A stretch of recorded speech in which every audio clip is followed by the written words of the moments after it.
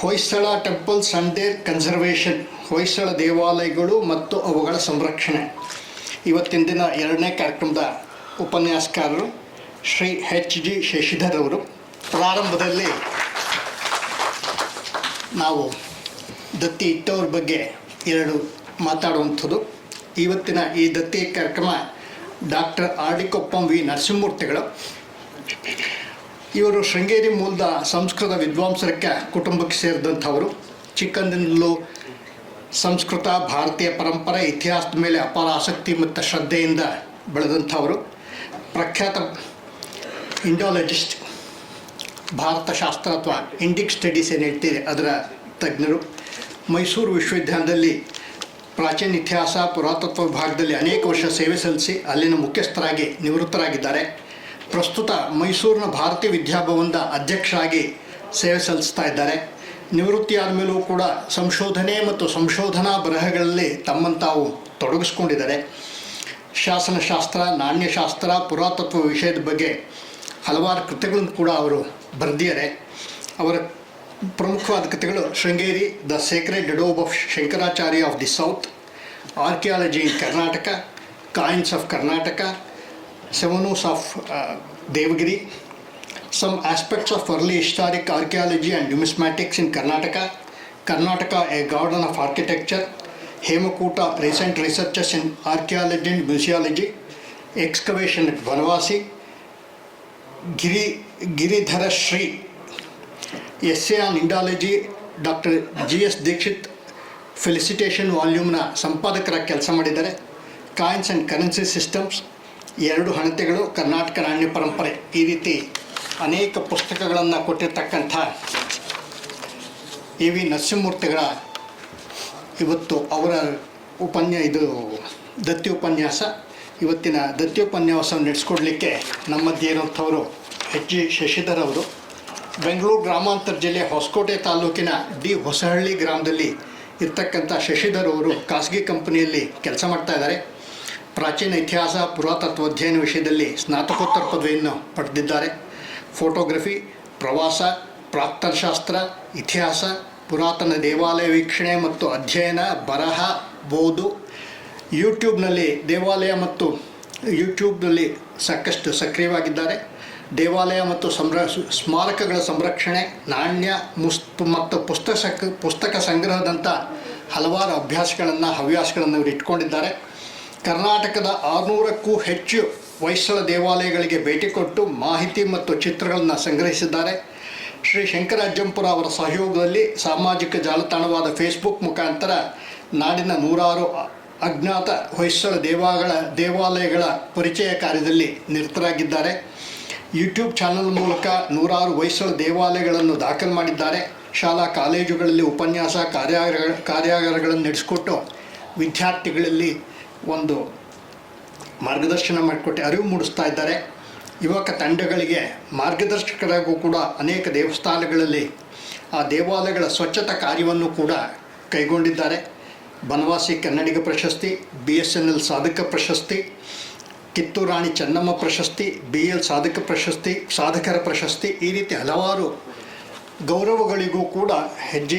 ಶಶಿಧರ್ ಅವರು ಭಾಜನರಾಗಿದ್ದಾರೆ. ಇವತ್ತಿನ ದಿನ ನಮ್ಮ ಕರೆಗೆ ಹೋಗೊಟ್ಟು ಉಪನ್ಯಾಸ ನಡೆಸ್ಕೊಂಡು ಬಂದಿದ್ದಾರೆ. ನಾನು ಈ ಹಿಂದೆ ಇದೇ ಸಭಾಂಗಣದಲ್ಲಿ ಹಲವಾರು ಉಪನ್ಯಾಸಗಳಲ್ಲಿ ಸಭಿಕರ ಮಧ್ಯದಲ್ಲಿ ಕೂತ್ಕೊಂಡು ಭಾಗವಹಿಸಿದ್ದೆ. ಸೊ ಇವತ್ತು ಈ ಒಂದು ವೇದಿಕೆ ಮೇಲೆ ನಿಂತು ಮಾತಾಡ್ತಿರೋದು ನನಗೆ ಒಂದು ಕನಸು ಅಂತ ಅನ್ನಿಸ್ತಾ ಇದೆ. ಯಾಕಂದರೆ ನಾನು ಯಾವತ್ತೂ ಎಕ್ಸ್ಪೆಕ್ಟ್ ಮಾಡಿರಲಿಲ್ಲ ಇಲ್ಲೂ ಒಂದು ಅವಕಾಶ ನನಗೆ ಸಿಗಬಹುದು ಅಂತ. ಸೊ ಇವತ್ತು ಈ ಒಂದು ಅವಕಾಶ ಸಿಕ್ಕಿರೋದಕ್ಕೆ ನಾನು ತುಂಬ ಖುಷಿಯಾಗಿದ್ದೀನಿ. ಅದಕ್ಕೆ ಮಿಥಿಕ್ ಸೊಸೈಟಿಯ ಮ್ಯಾನೇಜ್ಮೆಂಟ್ಗೂ ಮತ್ತು ನಿಮ್ಮೆಲ್ಲರಿಗೂ ವಿಶೇಷವಾದ ನನ್ನ ಧನ್ಯವಾದಗಳನ್ನು ತಿಳಿಸೋಕ್ಕೆ ಇಷ್ಟಪಡ್ತೇನೆ. ಸೊ ಈಗಾಗಲೇ ನನ್ನ ಪರಿಚಯವನ್ನು ಮಾಡಿಕೊಟ್ಟಿದ್ದಾರೆ, ತುಂಬ ಧನ್ಯವಾದಗಳು. ಸೊ ನಾನು ತುಂಬ ಹೇಳ್ಕೊಳ್ಳೋವಂಥ ಸಾಧನೆಯನ್ನು ಮಾಡಿದ್ದೀನಿ ಅಂತ ನಾನು ಅಂದ್ಕೋತಾ ಇಲ್ಲ, ಇನ್ನು ಈಗ ಹೆಜ್ಜೆಗಳಿಡ್ತಾ ಇರೋವಂಥದ್ದು. ಸೊ ಈಗಾಗಲೇ ತುಂಬ ಸಾಧನೆ ಮಾಡಿರೋವಂಥ ಸಾಧಕರು, ಇತಿಹಾಸಜ್ಞರು ತುಂಬ ಜನ ಇಲ್ಲಿದ್ದೀರಾ. ಸೊ ನಿಮ್ಮ ಮುಂದೆ ನಾನು ತುಂಬ ಚಿಕ್ಕವನು ಆ್ಯಕ್ಚುಲಿ.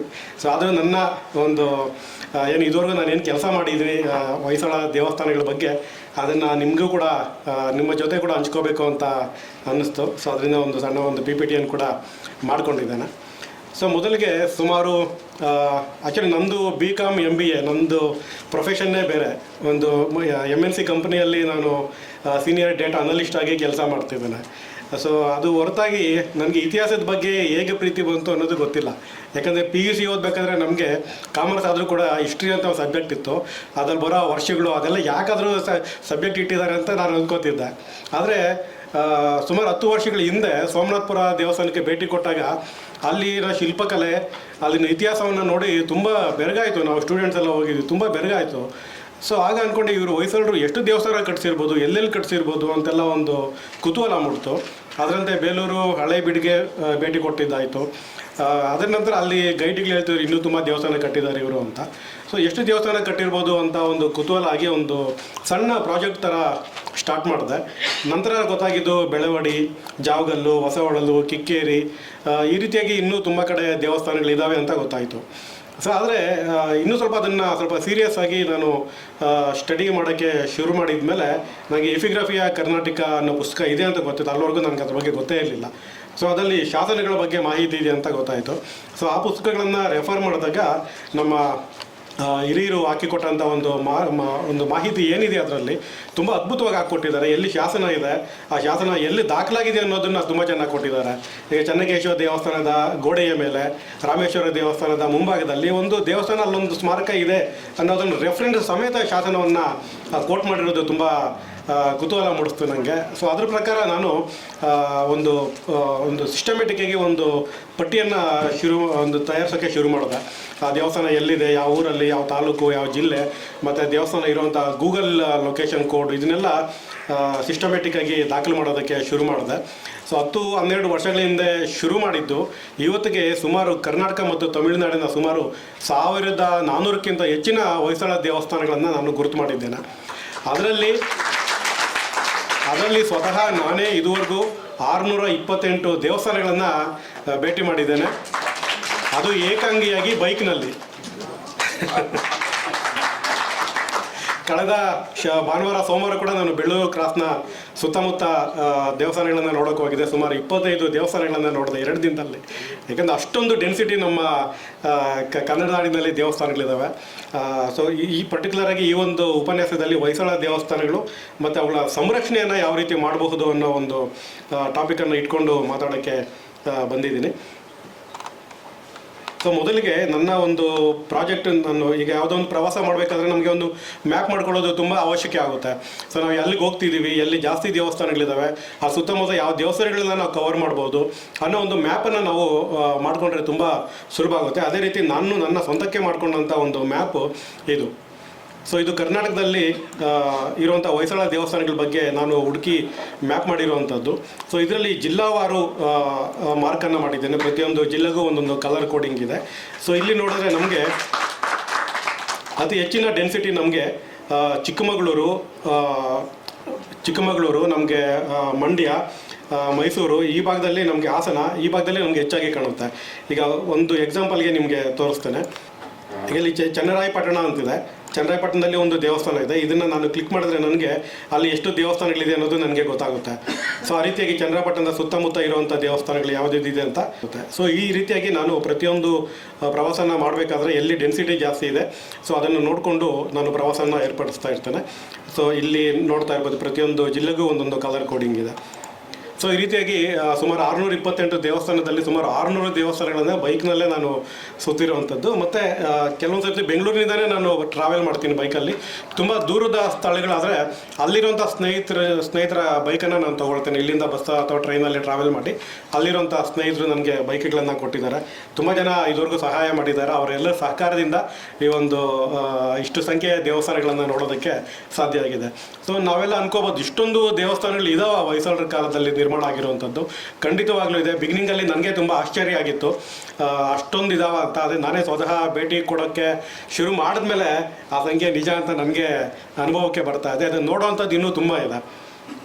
ಸೊ ಈ ಒಂದು ಪ್ರೆಸೆಂಟೇಷನಲ್ಲಿ ಈ ಹೊಯ್ಸಳ ದೇವಾಲಯಗಳು ಮತ್ತು ಅವುಗಳ ಸಂರಕ್ಷಣೆ ಬಗ್ಗೆ ನಾನು ಮಾತಾಡೋಕ್ಕೆ ಇಷ್ಟಪಡ್ತೀನಿ. ಸೊ ಈಗಾಗಲೇ ಈ ಹೊಯ್ಸಳ ದೇವಸ್ಥಾನಗಳ ಬಗ್ಗೆ ನಾನು ಮಾಡಿರುವಂಥ ಒಂದು ಸಂಶೋಧನೆ ಮತ್ತು ಭೇಟಿಯ ಪ್ರಕಾರ ಇದುವರೆಗೂ ಶಂಕರಾಜಂಪುರ ಮತ್ತು ನಾನು ಇಬ್ಬರು ಸೇರಿ ಸಾಮಾಜಿಕ ಜಾಲತಾಣದಲ್ಲಿ ಸುಮಾರು 440 ಲೇಖನಗಳನ್ನು ಪ್ರಕಟ ಮಾಡಿದ್ದೀವಿ 10 ವರ್ಷಗಳಲ್ಲಿ. ಪ್ರತಿ ಶನಿವಾರ ಒಂದೊಂದು ಲೇಖನದ ಥರ 10 ವರ್ಷಗಳಿಂದ ನಾವು ಲೇಖನಗಳನ್ನು ಪ್ರಕಟ ಮಾಡ್ಕೊಂಡು ಬರ್ತಾ ಇದ್ದೀವಿ. ಅದರಲ್ಲಿ ಪ್ರತಿಯೊಂದು ದೇವಸ್ಥಾನದ ಇತಿಹಾಸ, ಅಲ್ಲಿನ ವಿಶೇಷ, ಅಲ್ಲಿನ ಶಾಸನ ಮತ್ತು ವೀರಗಲ್ಲುಗಳ ಮಾಹಿತಿ ಇದೆಲ್ಲವನ್ನು ಲೇಖನದ ಮೂಲಕ ನಾವು ಕೊಡ್ತಾ ಇದ್ದೇವೆ.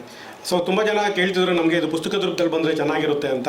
ಸೊ ಅದ್ರ ಪ್ರಕಾರ ನಾವು ಹೊಯ್ಸಳ ವಾಸ್ತುಶಿಲ್ಪ ಅವಲೋಕನ 1, ಹೊಯ್ಸಳ ವಾಸ್ತುಶಿಲ್ಪ ಅವಲೋಕನ 2, ಈ 2 ಪುಸ್ತಕದಲ್ಲಿ 100 ಹೊಯ್ಸಳ ದೇವಸ್ಥಾನಗಳನ್ನು ನಾವು ಪರಿಚಯ ಮಾಡಿದ್ದೀವಿ. ವಿಶೇಷ ಏನಂದರೆ ಈ ಪುಸ್ತಕದಲ್ಲಿ ಈಗ ಯಾವುದೋ ಚಿಕ್ಕಮತಿಘಟ್ಟ, ಚನ್ನರಾಯಪಟ್ಟಣ ತಾಲೂಕಲ್ಲಿ ಚಿಕ್ಕಮತಿಘಟ್ಟ ಅಂತಿದೆ, ಅದು ಎಲ್ಲಿದೆ ನಾವು ಕೆಲವೊಂದು ಸರ್ತಿ ಮ್ಯಾಪಲ್ಲಿ ಅದು ರೆಕಾರ್ಡ್ ಕೂಡ ಆಗಿರೋದಿಲ್ಲ. ಸೊ ಅಂಥ ಸಂದರ್ಭದಲ್ಲಿ ಓದುಗರಿಗೆ ಅನುಕೂಲ ಆಗಲಿ ಅಂತ ಪ್ರತಿಯೊಂದು ದೇವಸ್ಥಾನದ ಪ್ರತಿಯೊಂದು ಲೇಖನದ ಕೊನೆಯಲ್ಲಿ ಈ ರೀತಿಯ QR ಕೋಡ್ ಅಂತ ಕೊಟ್ಟಿದ್ದೇನೆ. ಇದನ್ನು ನಿಮ್ಮ ಮೊಬೈಲಲ್ಲಿ QR ಕೋಡ್ ಸ್ಕ್ಯಾನರ್ ಅಂತ ಇರುತ್ತೆ ಡಿಫಾಲ್ಟು. ಸೊ ಅದನ್ನು ನೀವು ಸ್ಕ್ಯಾನ್ ಮಾಡಿದ್ರೆ ಸಾಕು, ನೀವು ಇರೋಂಥ ಸ್ಥಳದಿಂದ ಆ ದೇವಸ್ಥಾನಕ್ಕೆ ಎಷ್ಟು ದೂರ ಇದೆ, ಎಷ್ಟು ಸಮಯ ತಗೊಳ್ಳುತ್ತೆ ಅನ್ನೋದು ನಿಮಗೆ ಮೊಬೈಲಲ್ಲೇ ಗೊತ್ತಾಗ್ಬಿಡುತ್ತೆ. ಯಾಕಂದರೆ ಕೆಲವು ಪುಸ್ತಕದಲ್ಲಿ ಬೆಂಗಳೂರಿನಿಂದ ಕೋಟ್ ಮಾಡಿರ್ತಾರೆ, ಲೇಖಕರು ಬೆಂಗಳೂರಿನವರಾಗಿದ್ದರೆ ಬೆಂಗಳೂರಿನಿಂದ ನೆಲಮಂಗಲ ಹೋಗಿ, ಅಲ್ಲಿಂದ ಚನ್ನರಾಯಪಟ್ಟಣ ಹೋಗಿ, ಅಲ್ಲಿಂದ ಈಗ ಹೋಗಿ ಅಂತ, ಅದು ತುಂಬ ಕಷ್ಟ ಆಗ್ಬೋದು ಬೇರೆ ಜಿಲ್ಲೆಗಳವ್ರಿಗೆ. ಸೊ ಈ ಒಂದು QR ಕೋಡ್ ಮುಖಾಂತರ ನೀವು ಎಲ್ಲೇ ಇರಿ ಅಲ್ಲಿಂದಲೇ ನಿಮಗೆ ಲೊಕೇಶನ್ ತೋರಿಸೋದ್ರಿಂದ ನೀವು ಆ ದೇವಸ್ಥಾನವನ್ನು ತಲುಪೋದಕ್ಕೆ ತುಂಬ ಸುಲಭ ಆಗುತ್ತೆ. ಸೊ ಆ ರೀತಿಯ ಒಂದು ಟೆಕ್ನಾಲಜಿಯನ್ನು ನಾವು ಈ ಪುಸ್ತಕದಲ್ಲಿ ಬಳಸ್ಕೊಂಡಿದ್ದೇವೆ. ಹಾಗೆ ಆಸಂದಿ, ಕಡೂರು ಹತ್ರ ಆಸಂದಿ ಅಂತ ಒಂದು ಊರಿದೆ, ತುಂಬ ಜನಕ್ಕೆ ಗೊತ್ತಿಲ್ಲದೆ ಇರ್ಬೋದು. ಆ ಊರಿನ ಬಗ್ಗೆ ವಿಶೇಷವಾದ ಅಧ್ಯಯನವನ್ನು ನಡೆಸಿ ನಾನು ಮತ್ತು ಶಂಕರಾಜಪುರ ಮತ್ತು ಡಾಕ್ಟರ್ ಮಂಜುಳಾ ಉಳ್ಳಲ್ಲಿ ಇವರು 3 ಸೇರಿ ಬರೆದಿರುವಂಥ ಒಂದು ಪುಸ್ತಕ ಇಲ್ಲಿದೆ. ಸೊ ಇದು ಪುಸ್ತಕಗಳ ಬಗ್ಗೆ. ಈಗ ಹೊಯ್ಸಳ ಇತಿಹಾಸ ಮತ್ತು ಯಾರ್ಯಾರು ಆಳ್ವಿಕೆ ಮಾಡಿದ್ರು ಅನ್ನೋದು ಸಾಮಾನ್ಯವಾಗಿ ಎಲ್ರಿಗೂ ಗೊತ್ತಿರುವಂಥ ವಿಚಾರವೇ. ಸೊ ಅದರಲ್ಲಿ ನಮಗೆ ಅರ್ಲಿ ಹೊಯ್ಸಳ ಕಿಂಗ್ಸ್ ಆಗಿ ಒಂದು ಶಾಸನದಲ್ಲಿ ಈ ಒಂದು ಪರ್ಟಿಕ್ಯುಲರ್ ಮಾಹಿತಿ ಸಿಗುತ್ತೆ ನಮಗೆ. ಮಾರುಗ, ನೃಪಕಾಮ, ಉಪ್ಪಿಡಿ ಹೊಯ್ಸಳ, ಎರೆಯಂಗ ಹೊಯ್ಸಳ, ತಲಕಾಡು ಹೊಯ್ಸಳ, ಉದಯಾದಿತ್ಯ, ಕುಂಟವಿನ್ಯಾದಿತ್ಯ, ನೃಪಕಾಮ, ಈ ರೀತಿಯಾಗಿ ನಮಗೆ ಒಂದು ಶಾಸನದಲ್ಲಿ ಹೊಯ್ಸಳರ ಮೂಲ ವಂಶಾವಳಿ ಸಿಗುತ್ತೆ. ನಮಗೆ ಚಿಕ್ಕಮಗಳೂರಿನ ಒಂದು ಶಾಸನದಲ್ಲಿ ಈ ಹೊಯ್ಸಳ ಅನ್ನುವ ಒಬ್ಬ ಸರ್ನೇಮ್ ಇಟ್ಕೊಂಡಿರೋಂಥ ಒಬ್ಬ ವ್ಯಕ್ತಿಯ ಉಲ್ಲೇಖ ಸಿಗುತ್ತೆ 950ನೇ ಇಸ್ವಿ ಸುಮಾರಿಗೆ. ಅದರ ನಂತರ ನಮಗೆ ಟಿ ನರಸೀಪುರದ ಕಲಿಯೂರಿನ ಒಂದು ಶಾಸನದಲ್ಲಿ ಕೂಡ ನಮಗೆ ಹೊಯ್ಸಳರ ಒಂದು ಉಲ್ಲೇಖ ಸಿಗುತ್ತೆ. ಆ ಕಾಲಕ್ಕೆ ಅವರು ಗಂಗರ ಸಮಕಾಲೀನರಾಗಿ ಸಣ್ಣ ಪಾಳೆಪಟ್ಟಾಗಿ ಅವರು ಶುರು ಮಾಡಿರ್ತಾರೆ.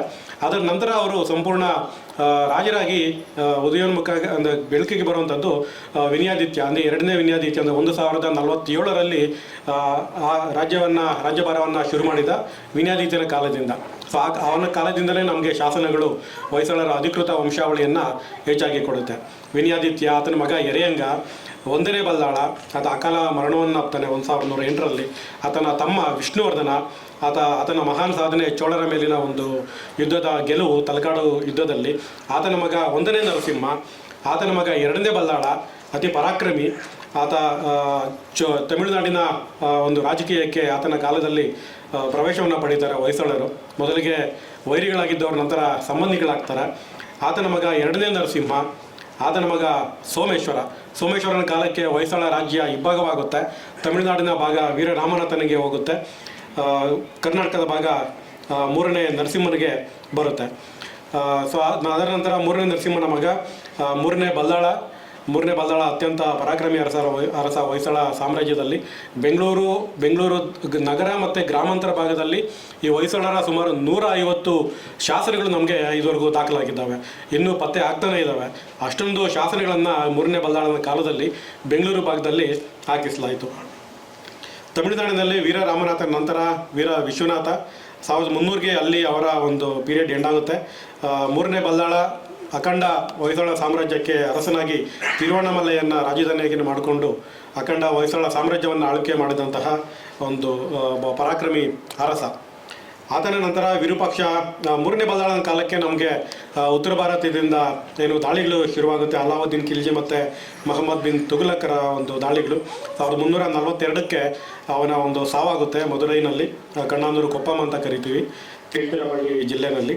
ಅದರ ನಂತರ ವಿರೂಪಾಕ್ಷ ಬಲ್ಲಾಳ ಅಧಿಕಾರಕ್ಕೆ ಬಂದರೂ ಸಹ ಕೇವಲ 3-4 ವರ್ಷಗಳು ಮಾತ್ರ ಆತ ರಾಜನಾಗಿರ್ತಾನೆ. ಅಷ್ಟೊತ್ತಿಗೆ ನಮ್ಮ ಕರ್ನಾಟಕ ಸಾಮ್ರಾಜ್ಯ ಅಥವಾ ನಾವು ವಿಜಯನಗರ ಸಾಮ್ರಾಜ್ಯ ಅಂತ ಏನು ಹೇಳ್ತೀವಿ ಅದು ಶುರುವಾಗಿರುತ್ತೆ. ಅಲ್ಲಿಂದ ಮುಂದಕ್ಕೆ ಆಗಿರೋದು ನಮಗೆಲ್ರಿಗೂ ಗೊತ್ತಿರೋವಂಥದ್ದು. ಸೊ ಇದಿಷ್ಟು ಒಂದು ಹೊಯ್ಸಳ ಸಾಮ್ರಾಜ್ಯದ ಒಂದು ಸಂಕ್ಷಿಪ್ತ ಮಾಹಿತಿ. ಈಗ ಹೊಯ್ಸಳರ ಕಾಲದ ದೇವಸ್ಥಾನಗಳು ಅಂದರೆ ಯಾವುದೇ ಒಂದು ಚಾಲುಕ್ಯರದಾಗಲಿ ಹೊಯ್ಸಳರದ್ದಾಗಲಿ ಯಾರೇ ದೇವಸ್ಥಾನಗಳಿಗೆ ನಮಗೆ ದೇವಸ್ಥಾನದ ಭಾಗಗಳು ಅಂತ ನಾವು ಗುರುತಿಸ್ತೇವೆ.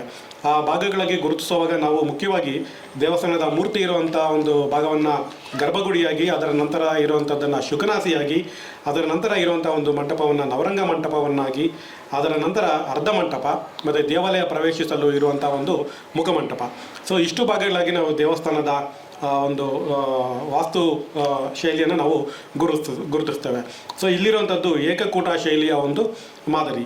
ಈ ಏಕಕೂಟ ಶೈಲಿಯ ಮಾದರಿ ನಾವು ಒಂದು ಉದಾಹರಣೆಯಾಗಿ ಈ ಒಂದು ದೇವಸ್ಥಾನವನ್ನು ಕೊಡಬಹುದು. ಸೊ ಇದರೊಳಗಡೆ ಗರ್ಭಗುಡಿ, ಶುಕನಾಸ, ನವರಂಗ ಮತ್ತು ಮುಖಮಂಟಪ ಇರುವಂಥದ್ದು. ಈ ಗರ್ಭಗುಡಿ ಒಂದೇ ಇರೋದ್ರಿಂದ ನಮಗೆ ಒಳಭಾಗದಲ್ಲಿ ಒಂದೇ ಮೂರ್ತಿ ಇರುತ್ತೆ, ಅದನ್ನು ಏಕಕೂಟ ಅಂತ ನಾವು ಕರಿತೇವೆ. ಸೊ ದ್ವಿಕೂಟ ಶೈಲಿಯ ದೇವಸ್ಥಾನಗಳು ನಾವು ಮುಂಭಾಗದಿಂದ ಎರಡು ಪ್ರತ್ಯೇಕವಾದ ಎಂಟ್ರೆನ್ಸ್ ಇರುತ್ತೆ.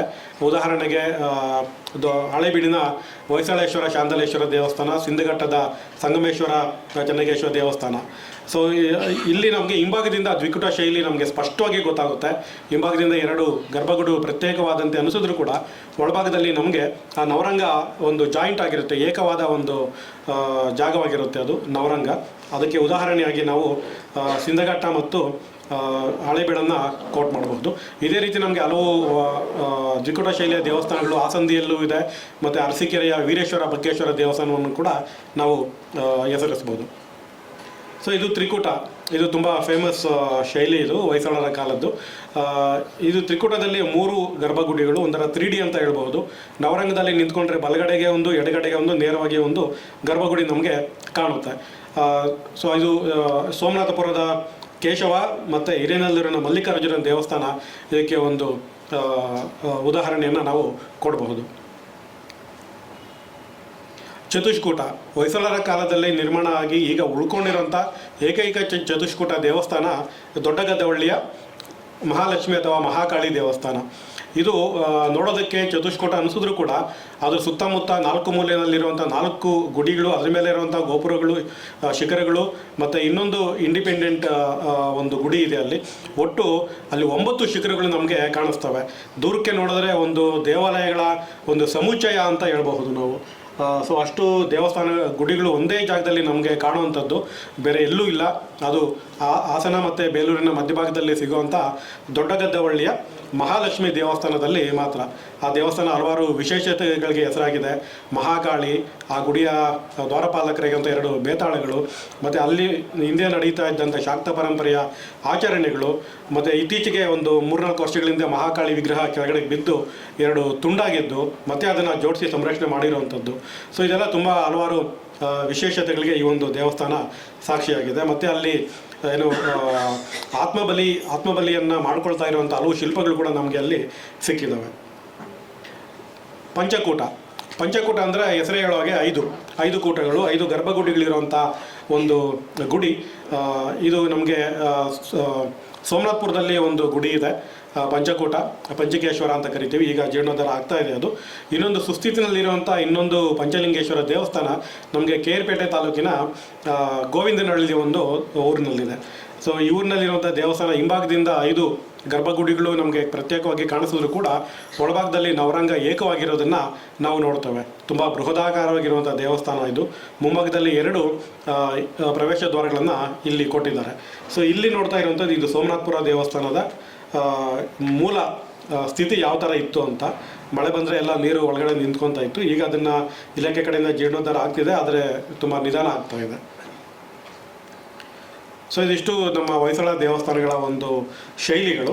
ಈಗ ಈ ದೇವಸ್ಥಾನಗಳು ಇರುವಂಥ ಸ್ಥಿತಿಗತಿಗಳು ಅಂದರೆ ಎಲ್ಲ ದೇವಸ್ಥಾನಗಳು ಅಲ್ಲ, ಕೆಲವೊಂದು ದೇವಸ್ಥಾನಗಳು ನಮ್ಮ ASI ಮತ್ತು ಸ್ಟೇಟ್ ಆರ್ಕಿಯಾಲಜಿಗೆ ಸೇರಿದ್ದಾವೆ, ಕೆಲವೊಂದು ಸಂಘ ಸಂಸ್ಥೆಗಳು ನಿರ್ವಹಣೆಯನ್ನು ಮಾಡ್ತಾ ಇದ್ದಾವೆ, ಕೆಲವೊಂದು ಲೋಕಲ್ ಆಗಿ ಗ್ರಾಮ ಪಂಚಾಯಿತಿಗಳು ನಿರ್ವಹಣೆಯನ್ನು ಮಾಡ್ತಾ ಇದ್ದಾವೆ.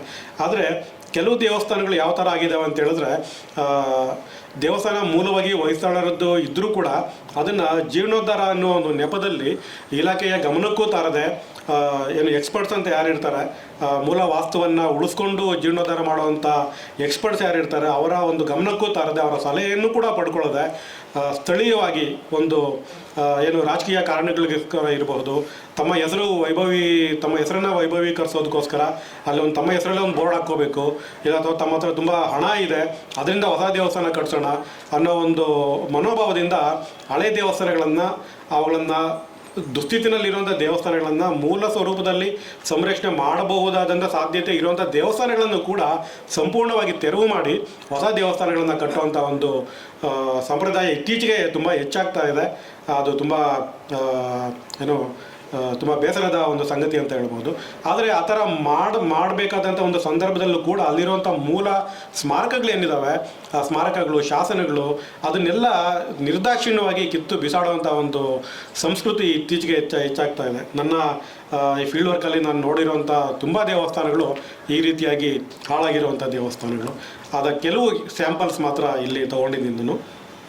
ಇದು ಕೇರ್ಪೇಟೆ ತಾಲೂಕಿನ ತೊಣಚಿ ಅಥವಾ ತುಳಸಿ ಅಂತ ಕೂಡ ಕರೀತಾರೆ. ಇಲ್ಲಿ ಅಂಕಕಾರ ನಗರೇಶ್ವರ ಅಂತ ಒಂದು ದೇವಸ್ಥಾನ ಇತ್ತು. ಇದು ವಿನಯಾದಿತ್ಯನ ಕಾಲದ 1048ನೇ ಇಸ್ವಿಯ ಒಂದು ಶಾಸನ ಇದೆ ಈ ಒಂದು ದೇವಸ್ಥಾನದಲ್ಲಿ. ಆತನ ಆಳ್ವಿಕೆಯ ಪ್ರಾರಂಭಿಕ ದಿನಗಳ ಒಂದು ಶಾಸನ ನಮಗೆ ಈ ಒಂದು ದೇವಸ್ಥಾನದಿಂದ ರೆಕಾರ್ಡ್ ಆಗಿತ್ತು. ಈಗ ನೀವು ನೋಡ್ತಿದ್ರೆ ಮೇಲ್ಭಾಗದಲ್ಲಿ ಇದು ಮೂಲ ದೇವಾಲಯ, ಅದು ಜೋಡಿ ದೇವಾಲಯ. ಈಗೇನು ಮಾಡಿದ್ದಾರೆ, ಆ ದೇವಸ್ಥಾನವನ್ನು ಪೂರ್ತಿಯಾಗಿ ಹೊಸದಾಗಿ ಒಂದೇ ದೇವಸ್ಥಾನ ಮಾಡಿಬಿಟ್ಟಿದ್ದಾರೆ. ಆ ದೇವಸ್ಥಾನದ ಭಾಗಗಳು, ಶಾಸನಗಳು ಎಲ್ಲವನ್ನ ಆ ದೇವಸ್ಥಾನದ ಹಿಂಭಾಗದಲ್ಲಿರುವಂಥ ಕೆರೆಗೆ JCB ಮುಖಾಂತರ ತಳ್ಳಿ ನಾಶ ಮಾಡಿದ್ದಾರೆ. ಸೊ ಅದರಿಂದ ನಮಗೆ ಹೊಯ್ಸಳರ ಆರಂಭಿಕ ಶಾಸನಗಳು ನಾಶ ಆಗುವಂಥ ಒಂದು ಸಂದರ್ಭ ಇಲ್ಲಿ ಎದುರಾಗಿದೆ. ಅಲ್ಲಿ ಇರೋರಿಗೆ ಕೇಳಿದ್ರೆ ನಮ್ಗೆ ಅದ್ರ ಬಗ್ಗೆ ಏನೂ ಗೊತ್ತಿಲ್ಲ, ದೇವಸ್ಥಾನ ಕಟ್ಟಿ ಅಂದರೂ ಕಟ್ಸಿದ್ದೀವಿ ಅನ್ನೋ ಒಂದು ಅಭಿಪ್ರಾಯ ಬರುತ್ತೆ. ಇದು ಇಲಾಖೆಯವ್ರಿಗೆ ಕೇಳಿದ್ರೆ ಸರ್ ಈ ಥರ ಆಗಿದೆ, ಇದ್ರ ಬಗ್ಗೆ ನಿಮ್ಗೆ ಗೊತ್ತಾ ಅಂತೇಳಿ ನಮ್ಮನ್ನ ಯಾರು ಕಾಂಟ್ಯಾಕ್ಟೇ ಮಾಡಿಲ್ಲ ಅಂತ ಹೇಳ್ತಾರೆ. ಅವ್ರ ಗಮನಕ್ಕೆ ತರದೇನೆ ಈ ರೀತಿಯ ಪ್ರಾಚೀನ ದೇವಸ್ಥಾನಗಳು ಜೀರ್ಣೋದ್ಧಾರ ಆಗ್ತಾ ಇದ್ದಾವೆ. ಇದು ಮತ್ತು ಅದೇ ಕೇರ್ಪೇಟೆ ತಾಲೂಕಿನ ಹರಿಹರಪುರ ಅಂತ, ಇಲ್ಲಿ ಮೂಲವಾಗಿ ಗಂಗರ ಒಂದು ದೇವಸ್ಥಾನ ಇತ್ತು. ಕಾಲಾನಂತರದಲ್ಲಿ ಹೊಯ್ಸಳರ ಕಾಲಕ್ಕೆ ಅದು ಚೆನ್ನಕೇಶವನ ದೇವಸ್ಥಾನ ಆಯಿತು. ಈಗ ದೇವಸ್ಥಾನವನ್ನು ಈ ರೀತಿ ನೀವು ಇಲ್ಲಿ ನೋಡ್ಬೋದು, ಮೂಲ ದೇವಸ್ಥಾನ ಇದು ಗಂಗರ ಶೈಲಿಯ ಕಂಬಗಳನ್ನು ನೀವು ಗಮನಿಸ್ಬೋದು.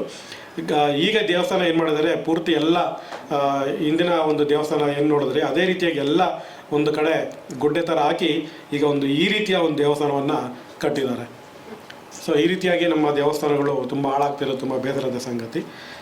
ಇನ್ನೊಂದು ಉದಾಹರಣೆ, ಇದು ಅರಸೀಕೆರೆ ತಾಲೂಕಿನ ಹಿರಿಯೂರಿನ ಶಂಕರೇಶ್ವರ ದೇವಸ್ಥಾನ. ಈ ಹಿರಿಯೂರು ಕೇರಳದಿಂದ ವಲಸೆ ಬಂದು ಹಿರಿಯೂರು ಭಾಗದಲ್ಲಿ ನೆಲೆಗೊಂಡಂಥ ಕೇರಳದ ವ್ಯಾಪಾರಿಗಳ ಒಂದು ಊರಿದು. ಆ ಊರಿನ ಹೊರಭಾಗದಲ್ಲಿ ಶಂಕರೇಶ್ವರ ದೇವಸ್ಥಾನ ಇದೆ. ಅಲ್ಲಿ ನಾನು ಹೋಗಿದ್ದಾಗ ಅಲ್ಲಿ ದೇವಸ್ಥಾನವನ್ನು ಪೂರ್ತಿಯಾಗಿ ಹೊಸದಾಗಿ ಕಟ್ತಾ ಇದ್ದಾರೆ ಇಟ್ಟಿಗೆಯಿಂದ. ಆದರೆ ಶಾಸನದ ಮೇಲೆಯೇ ಜಲ್ಲಿಕಲ್ಲನ್ನು ಹಾಕಿ ತುಂಬ ಮುಚ್ಚಿಬಿಟ್ಟಿದ್ರು, ಅರ್ಧ ಭಾಗ ಮುಚ್ಚಿಬಿಟ್ಟಿದ್ರು. ನಂತರ ಅಲ್ಲಿರೋರಿಗೆ ಅವೇರ್ನೆಸ್ಸನ್ನು ಸ್ವಲ್ಪ ತುಂಬಿ ಅದನ್ನು ಹೊರಗಡೆ ತೆಗೆದು ಸಂರಕ್ಷಣೆ ಮಾಡಬೇಕಾಯಿತು. ಅದೇ ದೇವಸ್ಥಾನದ ಬಳಿ ಇದ್ದ ಕಾಲಭೈರವನ ಒಂದು ವಿಗ್ರಹ ಈ ಜೀರ್ಣೋದ್ಧಾರ ಮಾಡಬೇಕಾದ್ರೆ ಎಲ್ಲ ಡಿಸ್ಮೆಂಟ್ಲ್ ಮಾಡಬೇಕಾದ್ರೆ ಪೂರ್ತಿಯಾಗಿ 2-3 ಪೀಸ್ ಆಗಿಬಿಡ್ತು. ಅದನ್ನು ತೆಗೆದು ಪಕ್ಕದಲ್ಲಿರುವಂಥ ಒಂದು ಏನು ಕುಂಟೆ ಅಂತ ಏನು ಹೇಳ್ತೀವಿ ಅದರಲ್ಲಿ ಬಿಸಾಡಿದ್ದಾರೆ. ಅಲ್ಲೇ ಇರುವಂಥ ಒಂದು ವೀರಗಲ್ಲಿನ ದುಸ್ಥಿತಿ ಇದು. ಇದು ಚಿಕ್ಕಮಗಳೂರು ಹತ್ರ ಇರುವಂಥ ಕಡೂರು ತಾಲೂಕಿನ ವೀರನಾರಾಯಣ ದೇವಸ್ಥಾನ. ನಾನು ಅಲ್ಲಿಗೆ ಹೋಗಿದ್ದಾಗ ಅಲ್ಲಿನವರು ಅದನ್ನು ಮನೆ ಮಾಡ್ಕೊಂಡಿದ್ರು. ನೀವು ನೋಡ್ತಿದ್ರೆ ಕಂಬಕ್ಕೂ ಹಗ್ಗ ಕಟ್ಟಿ ಅದ್ರ ಮೇಲೆ ಬಟ್ಟೆಗಳನ್ನು ಹಾಕಿದ್ದಾರೆ. ಸೊ ಮನೆ ಮಾಡಿಕೊಂಡು ಇಲ್ಲಿ ನೋಡ್ತೀರಿ ಗ್ಯಾಸ್ ಪೈಪ್, ಇದು ಒಳಭಾಗದಲ್ಲಿ ಅಡುಗೆ ಮಾಡ್ಕೊಳ್ಳೋಕ್ಕೆ ಅಂತ ಗ್ಯಾಸ್ ಕನೆಕ್ಷನ್ ತೊಗೊಂಡಿರುವಂಥ ಒಂದು ಪರಿಸ್ಥಿತಿ. ಇದು ಬ್ರಹ್ಮಸಮುದ್ರದ ವೀರನಾರಾಯಣ ದೇವಸ್ಥಾನ. ಇದು ಹಾಸಂದಿಯ ಮೌನೇಶ್ವರ. ಅಲ್ಲಿ ಗಂಗೇಶ್ವರ, ಬ್ರಹ್ಮೇಶ್ವರ, ಚಂಡಿಕೇಶ್ವರ ಮತ್ತು ವೀರಭದ್ರೇಶ್ವರ ಈ ರೀತಿಯಾಗಿ ಸುಮಾರು ಒಂದು 7-8 ದೇವಸ್ಥಾನಗಳಿದ್ದಾವೆ. ಕರ್ನಾಟಕದ ಮಿನಿ ಹಂಪೆ ಅಂತ ಕರೀಬೋದು ಆ ಊರನ್ನು. ಹೆಜ್ಜೆಗೂ ಶಾಸನಗಳು, ವೀರಗಲ್ಲುಗಳು, ಸ್ಮಾರಕಗಳು, ದೇವಾಲಯಗಳು, ಬಿಡಿಭಾಗಗಳು ಅಷ್ಟೊಂದಿದ್ದಾವೆ ಆ ಊರಿನಲ್ಲಿ. ಯಾರಾದರೂ ಭೇಟಿ ಕೊಟ್ಟಿಲ್ಲ ಅಂದರೆ ದಯವಿಟ್ಟು ಆ ಊರಿಗೆ ಭೇಟಿ ಕೊಡಿ. ಹಾಸಂದಿ ಅಜ್ಜಂಪುರಕ್ಕೆ ತುಂಬ ಹತ್ರ ಆಗುತ್ತೆ ಒಂದೂರು, ತುಂಬ ಸ್ಮಾರಕಗಳಿರುವಂಥ ಒಂದು ಊರು. ಹಾಸಂದಿ ಗಂಗರ ರಾಜಧಾನಿ ಆಗಿತ್ತು ಈ ಒಂದು ಊರು, ಮೂಲ ಗಂಗರ ಒಂದು ನೆಲೆ ಆಗಿತ್ತು. ಸೊ ಇಂಥ ಊರಿನಲ್ಲಿರುವಂಥ ಮೌನೇಶ್ವರ ದೇವಸ್ಥಾನ, ಇದು ಮೌನವಾಗಿ ಇರುವಂಥ ಒಂದು ದೇವಸ್ಥಾನ. ಒಳಭಾಗದಲ್ಲಿ ಏನು ದೇವರು ಕೂಡ ಇಲ್ಲ ಇವತ್ತು. ಇದನ್ನು ಸ್ಟೋರ್ ರೂಮ್ ಥರ ಮಾಡ್ಕೊಂಡಿದ್ದಾರೆ. ಸ್ಟೋರ್ ರೂಮ್ ಮಾಡ್ಕೊಂಡಿದ್ದಾರೆ. ಸುತ್ತಮುತ್ತ ಒಂದು ಏನು ಕೃಷಿ ಉತ್ಪನ್ನಗಳನ್ನು ಹಾಕುವಂಥ ಒಂದು ಜಾಗವಾಗಿ ಇದನ್ನು ಮಾಡ್ಕೊಂಡಿದ್ದಾರೆ. ಮತ್ತು ಅಲ್ಲಿರುವಂಥ ಯುವಕರು ಇಲ್ಲಿರುವಂಥ ಒಂದು ದೇವಸ್ಥಾನದ ಬಗ್ಗೆ ಈ ರೀತಿಯಾಗಿ ಯಾಕೆ ಮಾಡ್ಕೊಂಡಿದ್ದೀರಾ ಅಂತ ಕೇಳಿದಾಗ ಇದು ನಮ್ಮ ಜಾಗ, ನೀವು ಯಾರು ಕೇಳೋದಕ್ಕೆ ಅನ್ನೋ ಒಂದು ಉಡಾಫೆ ಉತ್ತರ ಕೂಡ ಅಲ್ಲಿನವರಿಂದ ಬರುತ್ತೆ. ಇದು ಬಳಗಟ್ಟೆ, ಅರಸೀಕೆರೆ ತಾಲೂಕಿನ ಬಳಗಟ್ಟೆಯ ಕುಸುವೇಶ್ವರ ದೇವಸ್ಥಾನ ಅಂತ, ಹಾಸನ ಜಿಲ್ಲೆ. ಇಲ್ಲಿ ಈಗ ದೇವಸ್ಥಾನ ಇಲ್ಲವೇ ಇಲ್ಲ. ಶಾಸನದಲ್ಲಿ ಕುಸುಮೇಶ್ವರ ದೇವಸ್ಥಾನ ಅಂತಿದೆ, 2ನೇ ಬಲ್ಲಾಳನ ಕಾಲದ್ದು. ಅದೇ ಇವತ್ತಿನ ಒಂದು ದಿನಗಳಲ್ಲಿ ಇಲ್ಲಿ ದೇವಸ್ಥಾನ ಸಂಪೂರ್ಣವಾಗಿ ನಾಶವಾಗ್ಬಿಟ್ಟಿದೆ. ಈ ಒಂದು ಶಾಸನ ಪೊದೆಗಳಲ್ಲಿ ಮುಚ್ಚಿ ಹೋಗಿತ್ತು. ನಾನೇ ಸ್ವತಃ ಅಲ್ಲಿ ರೈತರಿಂದ ಕೊಡ್ಲಿಯನ್ನು ತಗೊಂಡು ಅಲ್ಲಿರೋ ಗಿಡ ಎಲ್ಲ ಕಟ್ ಮಾಡಿ ಶಾಸನವನ್ನು ಫೋಟೋಗ್ರಫಿ ಮಾಡಬೇಕಾಗಿದೆ. ಇದ್ರ ಬಗ್ಗೆ ಒಂದು ವಿಡಿಯೋ ಕೂಡ ಮಾಡಿದ್ದೆ. ಮತ್ತು ಅಲ್ಲಿರೋರು ಹೇಳಿದ್ರು, ಇಲ್ಲಿ ಹೊಯ್ಸಳರ ಲಾಂಛನ ಹುಲಿಯನ್ನು ಕೊಳ್ತಾ ಇರೋಂಥ ಸಡನ ಒಂದು ಶಿಲ್ಪ ಬಿದ್ದಿತ್ತು, ಇಲ್ಲೆಲ್ಲೋ ನಮಗೆ ಕಾಣೆಯಾಗಿದೆ ಅಂತ. ಅದನ್ನು ಸುಮಾರು ಒಂದು ಅರ್ಧ ಗಂಟೆ ಆದಮೇಲೆ ಹುಡುಕಿ ಕೊನೆಗೆ ಸಿಗ್ತದೆ, ಒಂದು ಪೊದೆಗಳ ಒಳಗಡೆ ಮುಚ್ಚಿ ಹೋಗಿತ್ತು. ಅದು ಕೂಡ ತಲೆ ಕಟ್ಟಾಗಿದೆ. ಅದು ಸ್ಪಷ್ಟವಾಗಿ ಏನು ಅಂತ ಗುರುತಿಸೋಕ್ಕೂ ಆಗೋದಿಲ್ಲ. ಆ ರೀತಿಯಾಗಿ ತಲುಪಿರುವಂಥ ಹೊಯ್ಸಳರ ಲಾಂಛನವಾದ ಒಂದು ಸ್ಥಳ ಮತ್ತು ಹುಲಿಯ ಶಿಲ್ಪ ಅದು. ಇದು ಅರಸೀಕೆರೆ ತಾಲೂಕಿನ ಕಾಮಸಮುದ್ರ ಅಂತ. ಇಲ್ಲಿ ಕೆರೆ ಭಾಗದಲ್ಲಿ ಕಲ್ಲೇಶ್ವರ ದೇವಸ್ಥಾನ ಅಂತಿದೆ. ಈ ಕಲ್ಲೇಶ್ವರ ನಮಗೆ ಗೊತ್ತು, ಹೊಯ್ಸಳರ ಕಾಲದಲ್ಲಿ ಕೆರೆ ಭಾಗದಲ್ಲಿ ಈಶ್ವರ ದೇವಸ್ಥಾನಗಳನ್ನು ಕಟ್ತಿದ್ರು. ಈಶಾನ್ಯ ದಿಕ್ಕಿಗೆ ಗ್ರಾಮದ ಮಧ್ಯೆ ವೈಷ್ಣವ ದೇವಸ್ಥಾನವನ್ನು ಕಟ್ತಿದ್ರು, ಅಗ್ರಹಾರದ ರಚನೆ ಅಂತೆ. ಇಲ್ಲಿರುವಂಥ ಒಂದು ಕೆರೆ ಪಕ್ಕದಲ್ಲಿ ಕಲ್ಲೇಶ್ವರ ದೇವಸ್ಥಾನ ಇದೆ. ಇದು ಇತ್ತೀಚೆಗೆ ಕೇವಲ ಒಂದು 5-6 ವರ್ಷಗಳಿಂದ ಕಟ್ಟಿರುವಂಥ ಕಲ್ಲೇಶ್ವರ ದೇವಸ್ಥಾನ.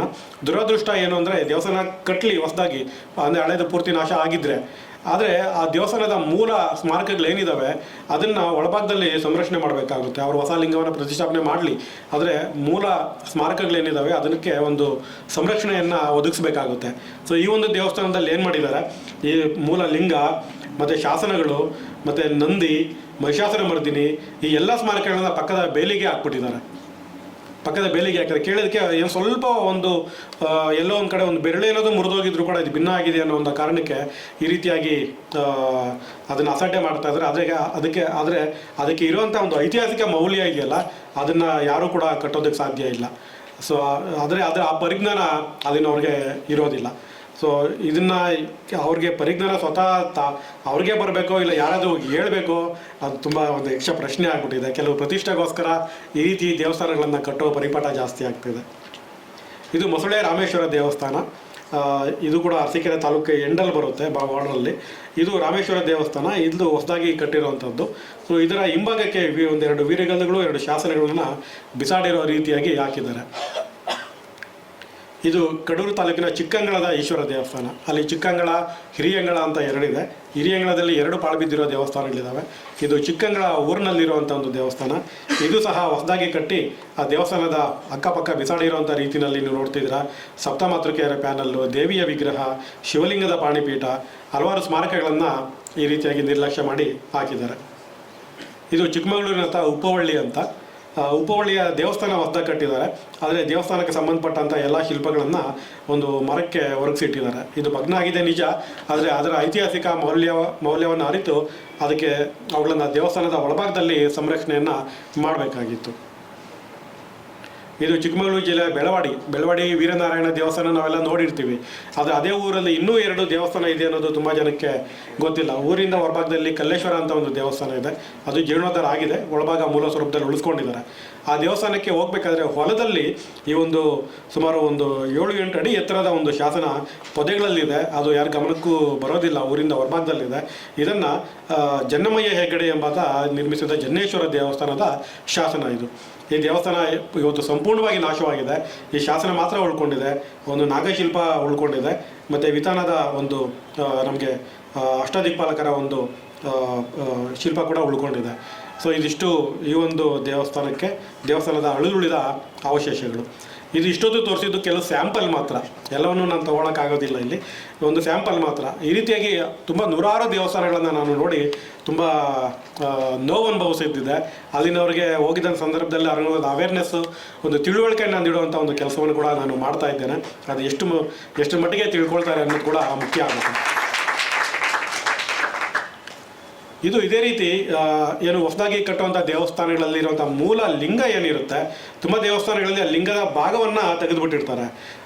ನಮಗೆ ಆರ್ನಹಳ್ಳಿಯ ಸೋಮೇಶ್ವರ ದೇವಸ್ಥಾನದಲ್ಲಿ ಕೂಡ ಹಾಗೆ ಆಗಿದೆ. ಪೀಠ ಬಿಟ್ಟು ಲಿಂಗ ಭಾಗವನ್ನು ಮಾತ್ರ ತೆಗೆದುಬಿಟ್ಟಿರ್ತಾರೆ. ಅದನ್ನು ತೊಗೊಂಡು ಏನು ಮಾಡ್ತಾರೆ ಅನ್ನೋದು ನನಗಂತೂ ಇದುವರೆಗೂ ಅರ್ಥ ಆಗಲಿಲ್ಲ. ಇನ್ನೊಂದು ಪೀಠದ ಮೇಲೆ ಅದನ್ನು ಪ್ರತಿಷ್ಠಾಪನೆ ಮಾಡ್ತಾರೆ ಏನೋ ಗೊತ್ತಿಲ್ಲ. ಆದರೆ ಹಾಗೆ ಮಾಡಲಾದಂಥ ಕೆಲವು ಶಿವಲಿಂಗದ ಪಾಣಿಪೀಠಗಳು ಏನು ಈ ರೀತಿ ಬಿಸಾಡಿರುವಂಥ ಒಂದು ಸ್ಥಿತಿನಲ್ಲಿ ನಾನು ಗಮನಿಸಿದ್ದೇನೆ. ಇಲ್ಲಿ 6 ಮಾತ್ರ ತೊಗೊಂಡಿದ್ದೇನೆ. ಸುಮಾರು ಈ ರೀತಿಯ 20ಕ್ಕಿಂತ ಹೆಚ್ಚಿನ ಶಿವಲಿಂಗ ಪೀಠಗಳನ್ನು ನಾನು ನೋಡಿದ್ದೇನೆ. ಇದರ ಮಧ್ಯಭಾಗದಲ್ಲಿ ಲಿಂಗ ಭಾಗ ಮಿಸ್ ಆಗಿರುತ್ತೆ. ಅದೇ ಪೀಠ ಭಾಗವನ್ನು ಮಾತ್ರ ಈ ರೀತಿಯಾಗಿ ದೇವಸ್ಥಾನದ ಅಕ್ಕಪಕ್ಕ ಬಿಸಾಡಿರ್ತಾರೆ. ಹೊಯ್ಸಳರ ಇದಿಷ್ಟು ದೇವಸ್ಥಾನಗಳು ದುಸ್ಥಿತಿಗೆ ತಲುಪಿರುವಂಥ ಒಂದು ಸ್ಲೈಡ್ಸ್ನ ನೋಡಿದ್ವಿ. ಯಾವ ರೀತಿಯಾಗಿ ನಮ್ಮ ಗ್ರಾಮೀಣ ಭಾಗ, ವಿಶೇಷವಾಗಿ ಗ್ರಾಮೀಣ ಭಾಗದ ಜನ ಯಾವ ರೀತಿ ತಮ್ಮ ಊರಿನ ದೇವಾಲಯಗಳನ್ನು ಮೂಲ ಸ್ವರೂಪದಲ್ಲಿ ಜೀರ್ಣೋದ್ಧಾರ ಮಾಡೋಕ್ಕೆ ಅವಕಾಶ ಇದ್ದರೂ ಕೂಡ ಯಾರ ಗಮನಕ್ಕೂ ತರದೆ ತಾವಾಗಿ ಮುಂದೆ ಬಂದು ಆ ದೇವಸ್ಥಾನಗಳನ್ನು ಯಾವ ರೀತಿ ಜೀರ್ಣೋದ್ಧಾರ ಮಾಡಿ ಹಳೆಯ ಸ್ಮಾರಕಗಳನ್ನು ಯಾವ ರೀತಿ ಅಸಡ್ಡೆಯಿಂದ ಬಿಸಾಡ್ತಾ ಇದ್ದಾರೆ ಅನ್ನೋದಕ್ಕೆ ಕೆಲವು ಉದಾಹರಣೆಗಳು. ಈಗ ಕೆಲವು ವಿಶೇಷಗಳನ್ನು ನಿಮಗೆ ತಿಳಿಸೋದಕ್ಕೆ ಇಷ್ಟಪಡ್ತೇನೆ. ಹೊಯ್ಸಳರ ಕಾಲದ ದೇವಾಲಯಗಳಲ್ಲಿ ನಾನು ಕಂಡಂತಹ ಕೆಲವು ವಿಶೇಷಗಳು. ಇದು ವಿಠಲನ ಮೂರ್ತಿ. ನಾವು ಹೊಯ್ಸಳರ ಕಾಲದ ಗರ್ಭಗುಡಿಯಲ್ಲಿ ವಿಠಲನ ಮೂರ್ತಿ ನಮಗೆ ಎಲ್ಲೂ ಸಿಕ್ಕೋದಿಲ್ಲ. ಆದರೆ ನೇರಳಿಗೆ ಅನ್ನೋ ಒಂದು ಊರಿನಲ್ಲಿ ಮಾತ್ರ ಅಲ್ಲಿ ಚೆನ್ನಕೇಶವ ದೇವಸ್ಥಾನ ಇದೆ. ಅಲ್ಲಿನ ಒಂದು ಗರ್ಭಗುಡಿಯಲ್ಲಿ ವಿಠಲನ ಒಂದು ಮೂರ್ತಿಯನ್ನು ನೋಡ್ತೇವೆ. ಅದು ಬಿಟ್ಟರೆ ನಮಗೆ ಹೊರಭಾಗದ ಗೋಡೆಗಳಲ್ಲಿ ನಮಗೆ ಈ ವಿಠಲನ ಮೂರ್ತಿಗಳಿರೋದು ನಮಗೆ ಕೆಲವು ದೇವಸ್ಥಾನಗಳಿಂದ ಗೊತ್ತಾಗುತ್ತೆ. ಅದು ಹಾರನಹಳ್ಳಿ, ನಾಗಲಾಪುರ, ಅಗಲಯ, ಹೊಸವಳಲು, ಬಸರಾಳು ಇಷ್ಟು ದೇವಸ್ಥಾನಗಳಲ್ಲಿ ಇದುವರೆಗೂ ನಾನು ನನ್ನ ಕಣ್ಣಿಗೆ ಕಂಡಂತಹ ವಿಠಲನ ಮೂರ್ತಿಗಳನ್ನು ಇಲ್ಲಿ ಕೊಟ್ಟಿದ್ದೇನೆ. ಇದು ತುಂಬ ವಿಶೇಷವಾಗಿರುವಂಥ ಒಂದು ಯಂತ್ರ ಅಂತಲೇ ಹೇಳ್ಬಹುದು. ಇದನ್ನು ನಾನು ತುಂಬ ಸೋಷಿಯಲ್ ಮೀಡಿಯಾದಲ್ಲಿ ತುಂಬ ಪಬ್ಲಿಸಿಟಿ ಕೊಡ್ತಾ ಇರ್ತೀನಿ. ಇದನ್ನು ರಾಶಿ ಚಕ್ರದ ಕಲ್ಲು ಅಥವಾ ಯಂತ್ರ ಅಂತ ಕರಿತೇವೆ. ಮೊನ್ನೆ ಸೋಮವಾರ ಹೋದಾಗಲೂ ಕೂಡ ನನ್ನ ಕಣ್ಣಿಗೆ ಒಂದು ರಾಶಿ ಚಕ್ರದ ಕಲ್ಲು ಕಾಣಿಸ್ತು, ಮಂಡ್ಯ ಜಿಲ್ಲೆ ನಾಗಮಂಗಲ ತಾಲೂಕಲ್ಲಿ. ಈಗ ನೀವು ನೋಡ್ತಿದ್ದೀರಲ್ಲ, ಇದು ಅರಸೀಕೆರೆ ತಾಲೂಕಿನ ಹಿರಿಯೂರಿನ ಒಂದು ರಾಶಿ ಚಕ್ರದ ಕಲ್ಲು. ಇದು ಅಲ್ಲಿಗೆ ಹೋದಾಗ ಅವರು ಊರಿನವ್ರು ಹೇಳಿದ್ರು, ಸರ್ ಇದು ಪಾಣಿಪೀಠ, ಮಧ್ಯದಲ್ಲಿ ಶಿವಲಿಂಗ ಇದೆ, ಅದಕ್ಕೆ ನಾವು ಅಭಿಷೇಕ ಮಾಡ್ತೀವಿ ಆಗಾಗ ಅಂತ ಹೇಳಿದ್ರು. ಆದರೆ ಇದ್ರ ಬಗ್ಗೆ ಆಲ್ರೆಡಿ ನನಗೆ ಸ್ವಲ್ಪ ಮಾಹಿತಿ ಇದ್ದಿದ್ದರಿಂದ ಕೆರೆಪೇಟೆ ತಾಲೂಕಲ್ಲಿ ಶೀಳ್ನೆರೆ ಅಂತಿದೆ, ಇಲ್ಲಿ ನೋಡ್ತಿದ್ದೀರಾ. ಇದನ್ನು ತೈಲೂರು ವೆಂಕಟಕೃಷ್ಣ ಅವರು ಅವರ ಪುಸ್ತಕದಲ್ಲಿ ದಾಖಲು ಮಾಡಿದ್ದಾರೆ. ಅಲ್ಲಿನ ಒಂದು ದೇವಸ್ಥಾನದ ಮುಂದೆ ರಾಶಿಚಕ್ರದ ಕಲ್ಲಿತ್ತು, ಅದು ಏನೋ ಅಪಶಕುನ ಅಂತ ಊರಿನವರು ಅದನ್ನು ಕೆರೆಗೆ ಬಿಸಾಡ್ಬಿಟ್ಟಿದ್ದಾರೆ ಅಂತ. ಮತ್ತು ಇದು ಕೆರೆಯಲ್ಲಿ ನೀರು ಕಮ್ಮಿ ಆದಾಗ ಆ ಊರಿಗೆ ಹೋಗಿ ಅಲ್ಲಿನವ್ರನ್ನ ಮನವೊಲಿಸಿ ಅದು ಕೆರೆಯಿಂದ ಹೊರಗಡೆ ತೆಗೆದು ದೇವಸ್ಥಾನ ಹತ್ರ ಇಡುವಂಥ ಒಂದು ಕೆಲಸವನ್ನು ಮಾಡಿಸಿದ್ವಿ. ಅದು ಕೆರೆಯಲ್ಲಿ ಇದ್ದಂತಹ ಒಂದು ಸಂದರ್ಭದ ಫೋಟೋ ಇದು, ಶೀಳ್ನೆರೆ. ಸೊ ಆದ್ದರಿಂದ ನಾನು ಈ ಒಂದು ಅರಸೀಕೆರೆಯ ಹಿರಿಯೂರಿಗೆ ಹೋಗಿದ್ದಾಗ ಅಲ್ಲಿ ಒಂದು ಈ ರೀತಿ ನೋಡಿದಾಗ ನನಗೆ ತುಂಬ ಖುಷಿ ಆಯಿತು. ಯಾಕಂದರೆ ಇಷ್ಟೊಂದು ಸುಸ್ಥಿತಿನಲ್ಲಿರುವಂಥ ರಾಶಿಚಕ್ರದ ಕಲ್ಲು ನಮಗೆ ಬೇರೆ ಯಾವ ಹೊಯ್ಸಳ ದೇವಸ್ಥಾನ ಹತ್ರ ಕೂಡ ಕಾಣಿಸ್ಲಿಲ್ಲ. ಈ ರಾಶಿಚಕ್ರದ ಕಲ್ಲು ಏನು ಅಂತ ಸ್ವಲ್ಪ ಅದ್ರ ಬಗ್ಗೆ ಸ್ಟಡಿ ಮಾಡಿದಾಗ ಇದು ಒಂದು ಯಂತ್ರ ಅಂತ ಟ್ರೀಟ್ ಮಾಡ್ತಿದ್ರು ಅಂತಾಗ. ಇದು ಸುಮಾರು ಒಂದು 2-3 ಅಡಿ ಎತ್ತರದ ಒಂದು ಕಂಬದ ಮೇಲೆ ಇದನ್ನು ಪ್ರತಿಷ್ಠಾಪನೆ ಮಾಡಿದ್ದಾರೆ. ಇದು ಯಾವ ರೀತಿ ಮಾಡಿದ್ದಾರೆ ಅಂತ ನಮಗೆ ಬೇರಿಂಗ್ ಸಿಸ್ಟಮ್ ಅಂತ ನಾವೇನೀಗ ಅಂತೀವಿ, ಇದನ್ನು ಆಗಿನ ಕಾಲದ ಒಂದು ಕಲ್ಲಿನ ಮೇಲೆ ಒಂದು ಗುಂಡಗಿನ ಒಂದು ಗೂಟವನ್ನು ಮಾಡಿ ಈ ಒಂದು ಸರ್ಕಲ್ ಶೇಪಲ್ಲಿರುವಂಥ ಏನು ರಾಶಿಚಕ್ರದ ಕಲ್ಲಿದೆ ಅದಕ್ಕೆ ಕೆಳಭಾಗದಲ್ಲಿ ಒಂದು ಹೋಲನ್ನು ಮಾಡಿ ಇದನ್ನು ಅದ್ರ ಮೇಲೆ ಕೂರಿಸ್ತಿದ್ರಂತೆ. ಅಂದರೆ ಎಣ್ಣೆಯನ್ನು ಹಾಕಿ ಕೂರಿಸಿ ಅದನ್ನು ತಿರುಗಿಸುವಂಥ ಒಂದು ವ್ಯವಸ್ಥೆ ಇತ್ತು. ಇವಾಗಲೂ ಕೂಡ ಇದನ್ನು ತಿರುಗಿಸ್ಬೋದು, ಇವಾಗಲೂ ಕೂಡ ಇದನ್ನು ತಿರುಗಿಸುವಂಥ ಒಂದು ವ್ಯವಸ್ಥೆ ಇದೆ. ಅದೇ ತಿರುಗಿಸಿದ್ರೆ ಎಲ್ಲ ತಿರುಗಿಸಿ ಹಾಳು ಮಾಡ್ತಾರೆ ಅಂತ ಅದನ್ನು ಯಾರಿಗೂ ಹೇಳಲಿಲ್ಲ ನನ್ನಲ್ಲಿ. ಇದನ್ನು ಉಳ್ಕೊಂಡಿರೋದು ಇದನ್ನು ಹಾಳು ಮಾಡ್ತಾರೆ ಅಂತ ಹೇಳಲಿಲ್ಲ. ಅದೇ ಇದು ರಾಶಿಚಕ್ರದ ಕಲ್ಲು. ಇದನ್ನು ಕಿರಣ ಸ್ತಂಭ ಅಂತೀವಿ, ನಾವೇನು ಪಿಲ್ಲರ್ ಇದೆ ಅದನ್ನು ಕಿರಣ ಸ್ತಂಭ ಅಂತೀವಿ. ಅದ್ರ ಮೇಲೆ ಇದನ್ನು ಕೂರಿಸಿದ್ದಾರೆ. ಇದರ ಮಧ್ಯಭಾಗದಲ್ಲಿರುವಂಥ ಸೂರ್ಯ ನಮಗೆ ಬೇರೆ ಯಾವ ಶಿಲ್ಪಗಳಲ್ಲೂ ಈಗ ಉಳ್ಕೊಂಡಿರೋಂಥ ಬೇರೆ ಯಾವ ಶಿಲ್ಪದಲ್ಲಿ ಮಧ್ಯದಲ್ಲಿ ಸೂರ್ಯ ಇರುವಂಥದ್ದಿಲ್ಲ, ಎಲ್ಲ ಒಡೆದೋಗಿದ್ದಾವೆ. ಇಲ್ಲಿ ಮಧ್ಯದಲ್ಲಿ ಸೂರ್ಯನ ಒಂದು ಶಿಲ್ಪ ಇದೆ, ಸುಮಾರು 1 ಅಡಿ ಎತ್ತರ ಇರುವಂಥದ್ದು. ಆ ಸೂರ್ಯ ಕಮಲದ ದಳಗಳ ಮಧ್ಯೆ ನಿಂತ್ಕೊಂಡಿದ್ದಾನೆ. ಇದರ ಒಳಭಾಗ ಏನಿದೆ, ಈ ಇನ್ನರ್ ಲೇಯರ್ ಇದೆಯಲ್ಲ, ಇದರಲ್ಲಿ 12 ಆದಿತ್ಯರನ್ನು ಕೆತ್ತನೆ ಮಾಡಲಾಗಿದೆ. ಅದೇ ದ್ವಾದಶಾದಿತ್ಯರು ಅಂತ ಕರಿತೀವಿ. 12 ಆದಿತ್ಯರನ್ನು ಕೆತ್ತನೆ ಮಾಡಲಾಗಿದೆ. ಹೊರಭಾಗದಲ್ಲಿ 12 ರಾಶಿಗಳಿದೆ. ಈಗ ನೀವು ನೋಡ್ತಿದ್ರಲ್ಲಿ ರಾಶಿ ಚಿಹ್ನೆಗಳನ್ನು ನೀವು ಇಲ್ಲಿ ಗಮನಿಸಬಹುದು. ಸೊ 12 ರಾಶಿಗಳಿದೆ. ಪೂರ್ವಾಭಿಮುಖವಾಗಿ 7 ಕುದುರೆಗಳನ್ನು ರಥದ ಮೇಲೆ ಓಡಿಸ್ತಾ ಇರುವಂಥ ಅರುಣನ ಒಂದು ಶಿಲ್ಪ ಕೂಡ, ಕೆತ್ತನೆ ಕೂಡ ಈ ಒಂದು ರಾಶಿ ಚಕ್ರದಲ್ಲಿದೆ. ಸೊ ಇದು ಅರಸೀಕೆರೆ ತಾಲೂಕಿನ ಹಿರಿಯೂರಿನ ಒಂದು ರಾಶಿ ಚಕ್ರ. ಅದು ಶೈವ ದೇವಸ್ಥಾನದ, ನಾನು ನೋಡಿರೋಂಥ ಅಷ್ಟೂ ರಾಶಿ ಚಕ್ರಗಳು ಶೈವ ದೇವಸ್ಥಾನದ ಮುಂದೆ ಮಾತ್ರ ನನಗೆ ಇದುವರೆಗೂ ಕಂಡು ಬಂದಿರುವಂಥದ್ದು. ಇದು ಬಿದಿರ್ಕೆರೆ ಅಂತ ನಾಗಮಂಗಲ ತಾಲೂಕು. ಹೋದ ಸೋಮವಾರ ನಾನು ಪತ್ತೆ ಮಾಡಿದ್ದು. ಅಲ್ಲಿನ ಒಂದು ಕೆರೆ ಹಿಂಭಾಗದಲ್ಲಿ ಪೊದೆಗಳಲ್ಲಿ ಮುಚ್ಚೋಗಿದೆ ದೇವಸ್ಥಾನ, ಗುಹೆ ಥರ ಇದೆ ದೇವಸ್ಥಾನ. ಅದು ಒಳಭಾಗಕ್ಕೆ ಹೋಗೋಕ್ಕಾಗೋದಿಲ್ಲ, ಬಾವಲಿಗಳೆಲ್ಲ ತುಂಬಿಕೊಂಡಿತ್ತು. ಆದರೆ ದೇವಸ್ಥಾನದ ಮುಂದೆ ಇದ್ದಂಥ ಒಂದು ರಾಶಿ ಚಕ್ರದ ಕಲ್ಲು ಇದು. ಇದರಲ್ಲೂ ಕೂಡ ನಾವು ಕಟಕ, ಮೇಷ ಈ ರೀತಿಯಾಗಿ ನಾವು ರಾಶಿಗಳನ್ನು ಗಮನಿಸ್ಬೋದು. ಸೊ ಇದು ಮಂಡ್ಯ ಜಿಲ್ಲೆಯ ಶೀಳ್ನೆರೆಯ ಒಂದು ರಾಶಿ ಚಕ್ರದ ಕಲ್ಲು. ಇದು ಹಳೇಬೀಡು ಮ್ಯೂಸಿಯಂನಲ್ಲಿದೆ ಈ ಒಂದು ರಾಶಿ ಚಕ್ರ. ಸೊ ಮಧ್ಯಭಾಗದ ಸೂರ್ಯ ಹೊರಟೋಗಿದೆ. ಇದು ಕದ್ರೆಮಿದ್ರೆ, ಚಿಕ್ಕಮಗಳೂರು ತಾಲೂಕಿನ ಕದ್ರೆಮಿದ್ರೆಯ ಒಂದು ರಾಶಿ ಚಕ್ರದ ಕಲ್ಲು. ಇದು ಹಳೇಬೀಡಿನ ಮ್ಯೂಸಿಯಂನಲ್ಲಿ ಇರುವಂಥದ್ದು. ಇದು ಅಮೃತಾಪುರದ ಅಮೃತೇಶ್ವರ ದೇವಸ್ಥಾನದ ಬಳಿ ಇದೆ ಒಂದು.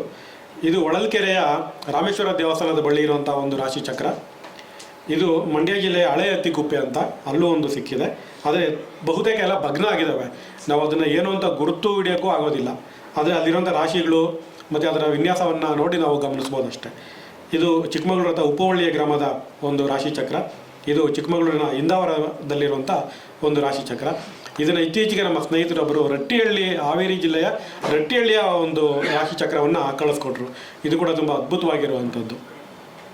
ಸೊ ಇದುವರೆಗೂ ನನ್ನ ಒಂದು ಫೀಲ್ಡ್ ವರ್ಕ್ನಲ್ಲಿ ನನಗೆ ಕಂಡಿರುವಂಥ ರಾಶಿಚಕ್ರಗಳನ್ನು ಇಲ್ಲಿ ನಾನು ನಿಮಗೂ ಕೂಡ ತೋರಿಸ್ಬೇಕು ಅಂತ ಅನ್ನಿಸ್ತು. ಈ ಒಂದು ಶಾಸನದ ವಿಶೇಷ ಇದೆ. ಇದು ಅರಸೀಕೆರೆ ತಾಲೂಕಲ್ಲಿ ಮುರುಂಡಿ ಅಂತ ಒಂದು ಊರಿದೆ. ಇಲ್ಲಿ ಕೆರೆ ಕೋಡಿ ಹತ್ರ ಮಲ್ಲೇಶ್ವರ ದೇವಸ್ಥಾನ ಇದೆ. ಸಾಮಾನ್ಯವಾಗಿ ಕೆರೆ ಕೋಡಿ ಹತ್ರ ಹೊಯ್ಸಳ ದೇವಸ್ಥಾನ ಇತ್ತು ಅಂದರೆ ಅದನ್ನು ಸಾಮಾನ್ಯವಾಗಿ ಈಶ್ವರ ದೇವಸ್ಥಾನ ಆಗಿರುತ್ತೆ. ಆ ಕೋಡಿ ಹತ್ರ ಇರೋದ್ರಿಂದ ಅದನ್ನು ಕೋಡಿ ಮಲ್ಲೇಶ್ವರ, ಕೋಡಿ ರಾಮೇಶ್ವರ ಅಂತ ಲೋಕಲ್ಲಾಗಿ ಕರೀತಾ ಇರ್ತಾರೆ. ಶಾಸನೋಕ್ತ ಅದು ಬೇರೆ ಇರುತ್ತೆ. ಸೊ ಈ ಒಂದು ದೇವಸ್ಥಾನ ಇದೆ ಅಲ್ಲಿ, ಕೋಡಿ ಮಲ್ಲೇಶ್ವರ ಅಂತ. ಆ ದೇವಸ್ಥಾನದ ಪಕ್ಕ ಸಂರಕ್ಷಣೆ ಮಾಡಿರುವಂಥ ಒಂದು ಶಾಸನ. ಈ ಶಾಸನದ ವಿಶೇಷ ಏನು ಅಂದರೆ, ಶಾಸನಗಳೇ ಎಲ್ಲ ದೇವಸ್ಥಾನ ಹತ್ರ ಕಾಣಿಸ್ತವೆ. ಅದೇ ಪರ್ಟಿಕ್ಯುಲರ್ ಈ ಒಂದು ಶಾಸನದ ವಿಶೇಷ ಏನು ಅಂದರೆ, ಇದು 2ನೇ ಬಲ್ಲಾಳನ ಕಾಲದಲ್ಲಿ ನಿರ್ಮಾಣ ಆಗಿರುವಂಥ ಒಂದು ದೇವಸ್ಥಾನ. ಇಲ್ಲಿ ದೇವಸ್ಥಾನವನ್ನು ನಿರ್ಮಾಣ ಮಾಡಿದಾತ ದೇವಸ್ಥಾನವನ್ನು ಕಟ್ಟಿಸಿ ಅದಕ್ಕೆ ದಾನದತ್ತಿಗಳನ್ನು ಕೊಟ್ಟು ಆ ಊರಿನಲ್ಲಿ ಒಂದು ಕನ್ನಡ ಶಾಲೆಯನ್ನು ಕೂಡ ಸ್ಥಾಪನೆ ಮಾಡಿರೋ ವಿಚಾರ ಈ ಒಂದು ಶಾಸನದಲ್ಲಿದೆ. ಕರ್ನಾಟಕ ಬಾಲೆ ಶಿಕ್ಷೆಂ ಅಂತ ಇದರಲ್ಲಿದೆ. ಆ ಒಂದು ಶಾಲೆಯನ್ನು ಮಾಡಿ ಮಾಣಿಕರ್ 20 ಅಂದರೆ 20 ಮಕ್ಕಳಿಗೆ ಕನ್ನಡ ಭಾಷೆಯನ್ನು ಕಲಿಸೋಕೆ ಒಬ್ಬ ಗುರುಗಳನ್ನು ನೇಮಕ ಮಾಡಿರುವಂಥದ್ದು. ಆ ಗುರುಗಳ ಹೆಸರು ಸೋವಿಯಣ್ಣ ಅಂತ, ಬೋಳೆಯ ಸೋವಿಯಣ್ಣ ಅಂತ. ಆ ಸೋವಿಯಣ್ಣನನ್ನು ನೇಮಕ ಮಾಡಿ ಇನ್ನೂ ವಿಶೇಷ ಮಕ್ಕಳಿಗೆ ಏನು ನಾವೀಗ ರೆಸಿಡೆನ್ಷಿಯಲ್ ಸ್ಕೂಲ್ ಅಂತ ಹೇಳ್ತೀವಿ, ಊಟ ಕೊಡ್ತಾರೆ. ಆ ಮಕ್ಕಳಿಗೆ ಊಟ ಕೊಡೋದಕ್ಕೆ ಒಬ್ಬ ಬಾಣಸಗಿತ್ತಿಯನ್ನು ಕೂಡ ನೇಮಕ ಮಾಡಿದ್ದಾರೆ. ಬಾಣಸಗಿತ್ತಿಯನ್ನು ನೇಮಕ ಮಾಡಿ, ಶಿಕ್ಷಕರನ್ನು ನೇಮಕ ಮಾಡಿ, ಶಾಲೆಯನ್ನು ಆರಂಭ ಮಾಡಿ 20 ಮಕ್ಕಳನ್ನು ಕರೆಸಿ ಅವ್ರಿಗೆ ಕನ್ನಡ ಭಾಷೆಯನ್ನು ಹೇಳ್ಕೊಡೋಂಥ ಒಂದು ವ್ಯವಸ್ಥೆಯನ್ನು ಆ ದೇವಸ್ಥಾನ ಕಟ್ಟಿದವರು ಇಲ್ಲಿ ವ್ಯವಸ್ಥೆಯನ್ನು ಮಾಡಿದರು. ವಿಶೇಷ ಇನ್ನೂ ವಿಚಿತ್ರ ಏನು ಅಂದರೆ, ಆ ಊರಲ್ಲಿ ಇವತ್ತಿಗೂ ಒಂದು ಗೌರ್ಮೆಂಟ್ ಸ್ಕೂಲ್ ಇದೆ. ಆ ಸ್ಕೂಲ್ನ ಕಾಂಪೌಂಡ್ ಕಟ್ಟೋದಕ್ಕೆ ಅಂತ ಒಂದು ಅಗಿಬೇಕಾದ್ರೆ ಅಲ್ಲಿ ತಾಮ್ರದ ಶಾಸನ ಒಂದು ಸಿಕ್ತು. ಆ ತಾಮ್ರದ ಶಾಸನದ ಕೂಡ ಇದೇ ಮಾಹಿತಿ ಇದೆ. ಅಂದರೆ ಅದೇ ಜಾಗದಲ್ಲೇ ಸ್ಕೂಲ್ ಇತ್ತ ಏನೋ ಗೊತ್ತಿಲ್ಲ. ಕನ್ನಡ ಶಾಲೆ ಆವರಣದಲ್ಲೇ ತಾಮ್ರದ ಶಾಸನ ಕೂಡ ನಮಗೆ ಸಿಕ್ತು. ಸೊ ಅಂಥ ಒಂದು ವಿಶೇಷವಾಗಿರುವಂಥ ಒಂದು ಶಾಸನ ಇದು.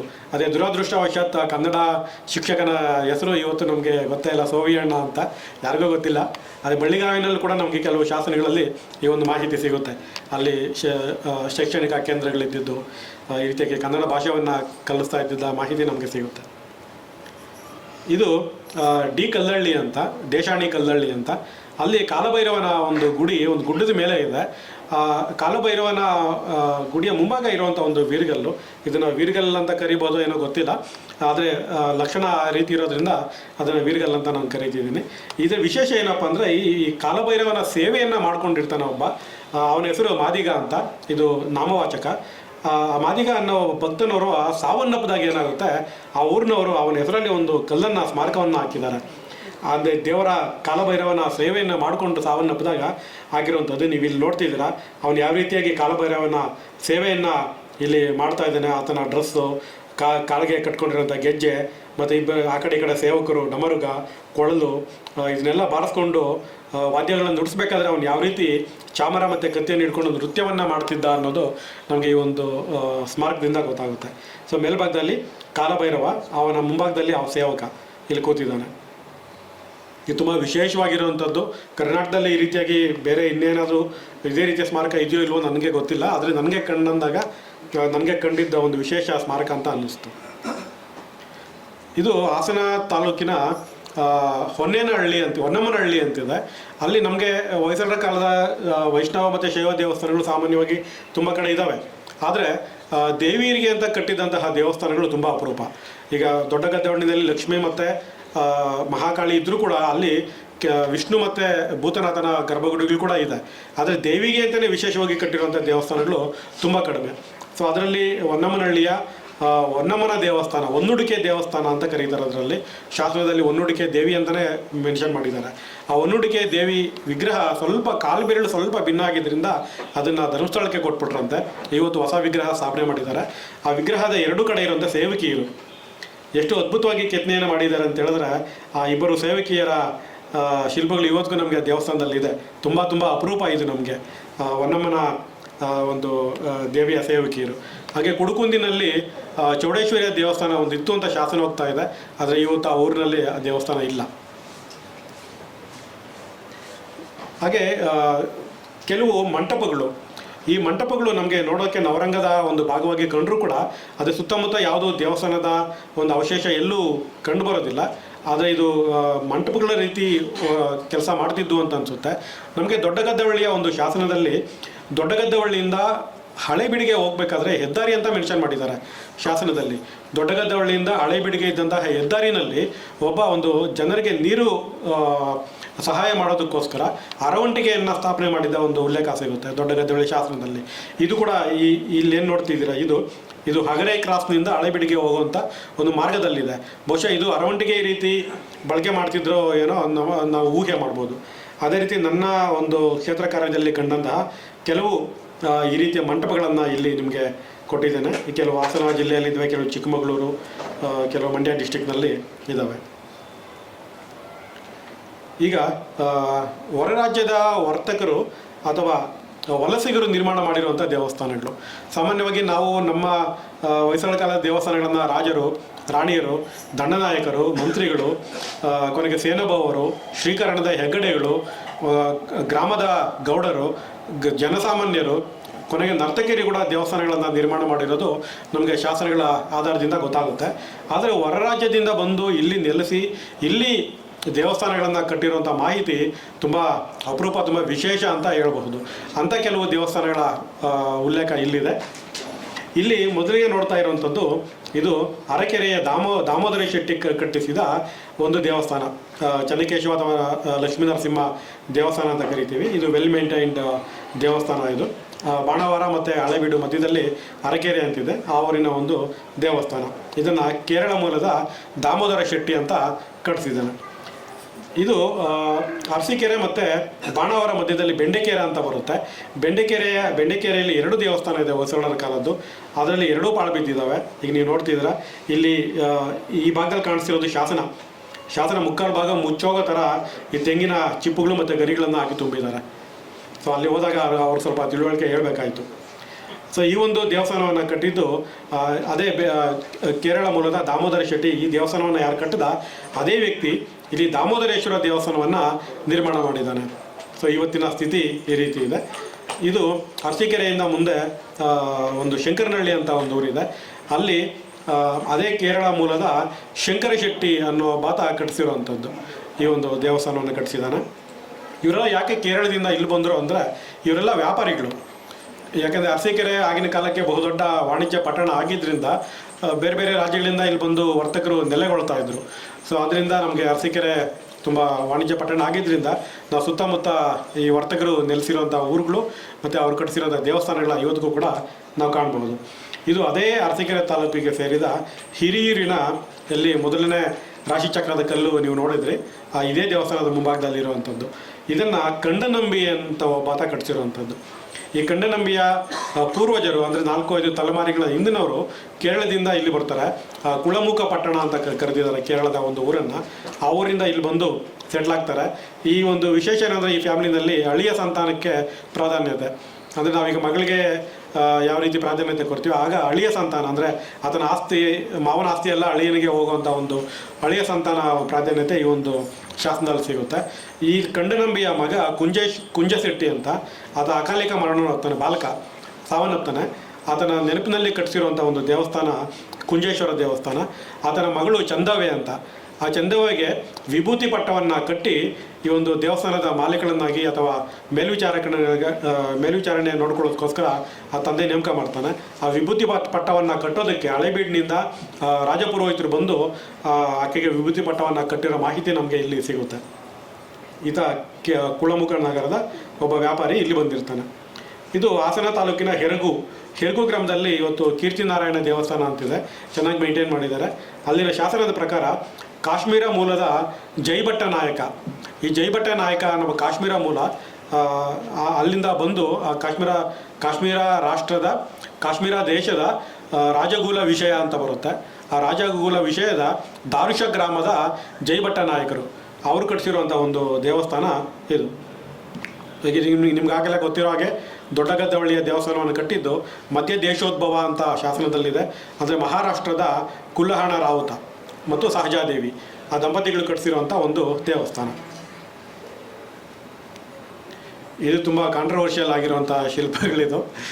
ಇದು ಕೆಲವು ದೇವಸ್ಥಾನಗಳಲ್ಲಿ ಶೈವ ವೈಷ್ಣವ ಎರಡೂ ಭೇದ ಭಾವ ಇಲ್ಲದೆ ನಾನು ನೋಡಿರುವಂಥ ಕೆಲವು ಶಿಲ್ಪಗಳು. ಇದು ಹಳೆಬೀಡಿನ ಒಂದು ಶಿಲ್ಪವಿದೆ. ಇಲ್ಲಿ ನೀವು ನೋಡ್ತಿದ್ರೆ ಅಲ್ಲಿನ ಗೈಡ್ಗಳು ಅಲ್ಲೋದಾಗ ಹೇಳ್ತಾರೆ, ತುಂಬ ಅದನ್ನು ವೈಭವೀಕರಿಸಿ ಹೇಳ್ತಾರೆ. ಈತ ಹೊಯ್ಸಳರ ಕಾಲದಲ್ಲಿ ಇಂಗ್ಲೆಂಡಿಂದ ಬಂದಂತಹ ಒಬ್ಬ ಜಡ್ಜ್ ಅಥವಾ ಈಜಿಪ್ಟಿಂದ ಬಂದಂತಹ ಒಬ್ಬ ಟೂರಿಸ್ಟು. ಆಗಿನ ಕಾಲಕ್ಕೆ ನಮಗೆ ಅಲ್ಲಿಂದ ಬಂದ್ಬಿಟ್ಟಿದ್ರು ಟೂರಿಸ್ಟು ಅಂತ ಹೇಳ್ತಾರೆ. ಆದರೆ ಬಹುಶಃ ಅವ್ರು ಬರೀ ಒಂದನ್ನು ಮಾತ್ರ ನೋಡಿರೋದ್ರಿಂದ ಅವರು ಆ ಥರ ಹೇಳ್ತಿರ್ಬೋದು. ಅದು ಅವ್ರು ತಪ್ಪಿಲ್ಲ ಅಂತ ನಾನು ಅನ್ಕೋತೀನಿ. ಅವ್ರಿಗೆ ಸರಿಯಾದ ತಿಳುವಳಿಕೆನ ಕೊಡಬೇಕಾಗುತ್ತೆ. ಸೊ ನಾನು ನೋಡಿರುವಂಥ ಕೆಲವು ಶಿಲ್ಪಗಳ ಒಂದು ಕಲೆಕ್ಷನ್ ಇಲ್ಲಿದೆ. ಇಲ್ಲಿ ವಿಶೇಷ ಏನಪ್ಪ ಅಂದರೆ ಈ ಎತ್ತರವಾದ ಪಾದುಕೆ ಮತ್ತು ನಿಲುವಂಗಿ, ಕೈಯಲ್ಲಿ ಒಂದು ಪಾಶ, ಒಂದು ಬಟ್ಟಲು, ಕೈಯಲ್ಲಿ ಒಂದು ದಂಡ ಮತ್ತು ತಲೆಯ ಮೇಲೆ ಒಂದು ಕಫನಿ, ಇಷ್ಟನ್ನು ಹಾಕ್ಕೊಂಡಿರುವಂಥ ಒಬ್ಬ ವ್ಯಕ್ತಿ ಮತ್ತು ಅದನ್ನು ಜೊತೆಯಲ್ಲಿ ಸದಾ ಇರುವಂಥ ಒಬ್ಬ ಸ್ತ್ರೀ.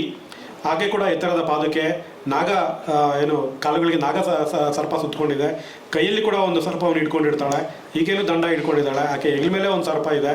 ಆಕೆ ತಲೆ ಮೇಲೆ ವಿಶೇಷವಾಗಿ ಈ ರೀತಿಯಾಗಿ ಕೈಯನ್ನು ಇಟ್ಕೊಂಡಿರುವಂಥದ್ದು ನಮಗೆ ಕಾಣುತ್ತೆ. ಸೊ ಇದು ಇನ್ನೂ ನಮಗೆ ಸ್ಪಷ್ಟವಾಗಿ ಇವ್ರು ಯಾರು ಅನ್ನೋದು ಕೂಡ ನಮ್ಗೆ ಇನ್ನೂ ಸ್ಪಷ್ಟವಾಗಿ ಗೊತ್ತಾಗದೇ ಇರೋದ್ರಿಂದ ಹಲವಾರು ಊಹೆಗಳಿಂದ ಇವರು ಕಾಳಮುಖ, ಕೌಲ, ಕಾಪಾಲಿಕ ಪಂಥಕ್ಕೆ ಸೇರಿದವರು ಅಥವಾ ಭೈರವ ಪಂಥಕ್ಕೆ ಸೇರಿದವರು ಅನ್ನೋದು ಒಂದು ವಾದ ವಿವಾದಗಳಿಂದ ಗೊತ್ತಾಗುತ್ತೆ. ಅದಕ್ಕೆ ಪುಷ್ಟಿ ಕೊಡೋದಕ್ಕೋಸ್ಕರ ಇಲ್ಲಿ ಸಂತೆಬಾಚಹಳ್ಳಿಯ ಒಂದು ದೇವಸ್ಥಾನದ ಶಿಖರದಲ್ಲಿ ಭೈರವನ ಒಂದು ಶಿಲ್ಪವಿದೆ. ಆ ಭೈರವನ ಎರಡೂ ಕಡೆ ನಾವು ಇದೇ ರೀತಿಯ ಶಿಲ್ಪಗಳನ್ನು ಗಮನಿಸ್ಬೋದು. ಸೊ ಇದರಿಂದ ಇವರು ಭೈರವ ಪಂಥಕ್ಕೂ ಕೂಡ ಸೇರಿದವರು ಅಂತ ಗೊತ್ತಾಗುತ್ತೆ. ಇನ್ನು ಕೆಲವರು ಈಕೆಯನ್ನು ವಿಷಕನ್ಯೆ, ಸರ್ಪಕನ್ಯೆ ಅಂತ ಕೂಡ ಕರೀತಾರೆ. ಅದರ ಮುಂದುವರಿದ ಭಾಗ ಇದು ಹಳೆ ದೊಡ್ಡಗದ್ದವಳ್ಳಿಯ ಮಹಾಕಾಳಿ ಗರ್ಭಗುಡಿಯ ದ್ವಾರದಲ್ಲಿ ಕೆಳಭಾಗದಲ್ಲಿ ಇರುವಂಥ ಶಿಲ್ಪ. ಸೊ ಇದು ಮೊಟ್ಟ ಮೊದಲನೇ ಬಾರಿಗೆ ಹೊಯ್ಸಳ ದೇವಸ್ಥಾನದಲ್ಲಿ ದಾಖಲಾಗಿರುವಂಥ ಈ ಒಂದು ಶಿಲ್ಪ. ಇಲ್ಲಿ ಕೂಡ ನಾವು ಏನೋ ಕಾಪಾಲಿಕರನ್ನು ನೋಡ್ತೇವೆ, ಮತ್ತು ನಾವು ವಿಷಕನ್ಯೆಯನ್ನು ಇಲ್ಲಿ ನೋಡ್ತೇವೆ. ಸೊ ಇದು ಹಳೆಬೀಡಿನ ಇದು ಬೇಲೂರಿನ ಒಂದು ಶಿಲ್ಪ. ಈತ ವೀರವರ ಅಂತ ಒಂದು ಕಥೆ ಇದೆ.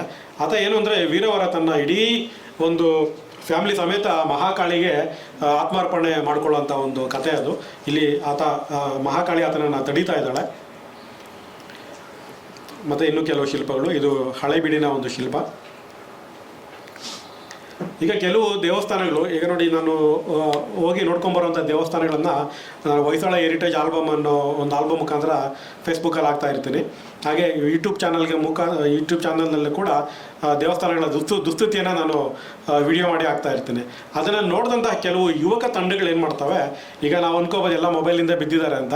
ಆದರೆ ದೇವಸ್ಥಾನ ಮತ್ತು ನಮ್ಮ ಒಂದು ಪರಂಪರೆ ಉಳಿಬೇಕು ಅನ್ನೋ ಒಂದು ಆಸಕ್ತಿ ಇರುವಂಥ ಸಮಾನ ಮನಸ್ಕ ಯುವಕ ತಂಡಗಳು ಕೂಡ ಇದ್ದಾವೆ. ಅವರೇನು ಮಾಡ್ತಾರೆ, ಗುಂಪು ಕಟ್ಕೊಂಡು ಹೋಗಿ ಶನಿವಾರ ಭಾನುವಾರಗಳಂದು ಹೋಗಿ ಅಲ್ಲಿನ ದೇವಸ್ಥಾನವನ್ನು ಸ್ವಚ್ಛ ಮಾಡುವಂಥ ಒಂದು ಕೆಲಸವನ್ನು ಮಾಡ್ತಾ ಇದ್ದಾರೆ. ಒಂದು ಆಶಾಭಾವನೆ ಅಂತ ಅನ್ಕೋಬೋದು ನಾವು. ಸೊ ಆ ರೀತಿಯಾಗಿ ಸ್ವಚ್ಛ ಮಾಡಿದಂತಹ ನಂತರ ಜೀರ್ಣೋದ್ಧಾರಗೊಂಡ ಕೆಲವು ದೇವಸ್ಥಾನಗಳು ಇಲ್ಲಿದ್ದಾವೆ. ಇದು ಜಾವೂರು ನಾರಾಯಣ ದೇವಸ್ಥಾನ, ಅಜ್ಜಂಪುರ ತಾಲೂಕು. ಮೊದಲು ಯಾವ ರೀತಿ ಇತ್ತು, ಸ್ವಚ್ಛಗೊಂಡ ನಂತರ ಯಾವ ರೀತಿ ಇದೆ. ಸ್ವಚ್ಛಗೊಂಡ ನಂತರ ಅದು ಪರ್ಮನೆಂಟ್ ಸೊಲ್ಯೂಷನ್ ಅಂತ ಇಲ್ಲ, ಅದು ಜೀರ್ಣೋದ್ಧಾರ ಮಾಡಿದ್ರೇ ಸೊಲ್ಯೂಷನ್ ಅದು. ಯಾಕಂದರೆ ಮತ್ತೆ 6 ತಿಂಗಳು ಬಿಟ್ಟು ಹೋದರೆ ಮತ್ತೆ ಮೂಲ ಸ್ಥಿತಿಗೆ ತಲುಪಿರುತ್ತೆ. ಆದರೆ ಒಂದು ಸೇವಾ ಮನೋಭಾವ ಇರೋದ್ರಿಂದ ನಮ್ಮ ಹುಡುಗರಲ್ಲಿ ಈ ರೀತಿಯ ಒಂದು ಸ್ವಚ್ಛತಾ ಕಾರ್ಯಕ್ರಮಗಳು ಹಮ್ಮಿಕೊಳ್ತಾ ಇರ್ತಾರೆ. ಅವ್ರಿಗೆ ನಾವು ಪ್ರೋತ್ಸಾಹವನ್ನು ಕೊಡಬೇಕಾಗುತ್ತೆ. ಇದು ಅಂಬಳೆ ಚೆನ್ನಕೇಶ್ವರ ದೇವಸ್ಥಾನ, ಈಗ ಜೀರ್ಣೋದ್ಧಾರಗೊಂಡಿದೆ. ಇಲ್ಲಿ ನಾನು ಹೋದಾಗ 2 ಶಾಸನಗಳಿಗೆ ಒಂದು ಎಮ್ಮೆ ಮತ್ತು ಹಸುವನ್ನು ಕಟ್ಟಿದ್ರು. ಅಲ್ಲಿ ರೈತರಿಗೆ ಕೇಳಿದೆ, ಬಂಡಿ ಮೇಲೆ ಕೂತ್ಕೊಂಡು ಹುಲ್ಲು ತಿನ್ನಿಸ್ತಿದ್ರು ಒಂದು ಹಸುಗೆ. ಕೇಳಿದೆ, ಏನು ಸ್ವಾಮಿ ಈ ರೀತಿ ಶಾಸನಗಳಿಗೆ ಕಟ್ಬಿಟ್ಟಿದ್ದೀರಲ್ಲ ಹಸು ಎಮ್ಮೆನ ಅಂತ. ಏನು ತೊಂದರೆ ಇಲ್ಲ ಸರ್, ಸಂಜೆ ಆದರೆ ಒಳಗಡೆ ಬಿಟ್ಬಿಡ್ತೀನಿ. ಅದೇ ನಾನು ಹಸು ಎಮ್ಮೆ ಬಗ್ಗೆ ಕೇಳ್ತಾ ಇದ್ದೀನಿ ಅಂತ ಅಂದ್ಕೊಂಡ್ರೆ ಅವರು. ಸಂಜೆ ಒಳಗಡೆ ಕಟ್ಬಿಡ್ತೀನಿ ಸಂಜೆ ಆದರೆ ಅಂತ. ಈಗ ದೇವಸ್ಥಾನ ತುಂಬ ಚೆನ್ನಾಗಿ ಜೀರ್ಣೋದ್ಧಾರ ಮಾಡಿದ್ದಾರೆ. ಮುಂದೆ ಹೊಸದಾಗಿ ಮುಖಮಂಟಪವನ್ನು ಕಟ್ಟಿದ್ದಾರೆ. ಇದು ಕಳಸಾಪುರದ ವೀರನಾರಾಯಣ ದೇವಸ್ಥಾನ. ಮೊದಲು ಯಾವ ರೀತಿ ಇತ್ತು, ಜೀರ್ಣೋದ್ಧಾರಗೊಂಡ ನಂತರ ಯಾವ ರೀತಿ ಆಗಿದೆ. ಇದು ಮೈಸೂರು ಜಿಲ್ಲೆ ಹುಣಸೂರು ತಾಲೂಕಿನ ಮರದೂರಿನ ವೇಣುಗೋಪಾಲ ಸ್ವಾಮಿ ದೇವಸ್ಥಾನ. ಸ್ವಚ್ಛಗೊಂಡ ನಂತರ ಈ ರೀತಿಯಾಗಿದೆ. ದೇವಸ್ಥಾನ ಸುತ್ತಮುತ್ತ ಸುಮಾರು 4-5 ಎಕರೆ ಜಮೀನು ಕೂಡ ಇದೆ ದೇವಸ್ಥಾನದ್ದು. ಈಗ ಜೀರ್ಣೋದ್ಧಾರಕ್ಕೆ ಧರ್ಮಸ್ಥಳ ಟ್ರಸ್ಟ್ನ ಜೊತೆ ಮಾತುಕತೆಗಳನ್ನು ಕೂಡ ನಡೆಸ್ತಾ ಇದ್ದೀವಿ. ಇದು ಅರಸೀಕೆರೆ ತಾಲೂಕಿನ ಕರಗುಂದದ ಜೈನ ಬಸದಿ. ಪೂರ್ತಿ ಮುಚ್ಚೋಗಿತ್ತು. ಇದ್ರ ಬಗ್ಗೆ ವಿಡಿಯೋ ಮಾಡಿ ಅದು CM ಆಫೀಸ್ವರೆಗೂ ಹೋಗಿತ್ತು. ನಂತರ ಅಲ್ಲಿಂದ ಡೈರೆಕ್ಷನ್ ಬಂದು ಅದನ್ನು ಸ್ವಚ್ಛ ಮಾಡಿದ್ರು. ಇದು ದುದ್ದ ಕಲ್ಲೇಶ್ವರ ಇದು ಹಾಸನ ತಾಲೂಕು. ಇಲ್ಲಿ ಇರುವಂಥ ವೀರಗಲ್ಲುಗಳು ನಮಗೆ ಆಗ 3ನೇ ಬಲ್ದಾಳನ ಕಾಲದಲ್ಲಿ ಮಹಮ್ಮದೀಯರು ಬಂದು ದಾಳಿಗಳನ್ನು ಮಾಡಿದಾಗ ಕೆಲವು ವೀರರು ಇಲ್ಲಿ ಸಾವನ್ನಪ್ಪಿರುವಂಥ ವೀರಗಲ್ಲುಗಳಿದ್ದಾವೆ. ಅದರ ಸಂರಕ್ಷಣೆಯನ್ನು ಇಲಾಖೆಯ ಅಧಿಕಾರಿಗಳು ಮಾಡಿರೋದು.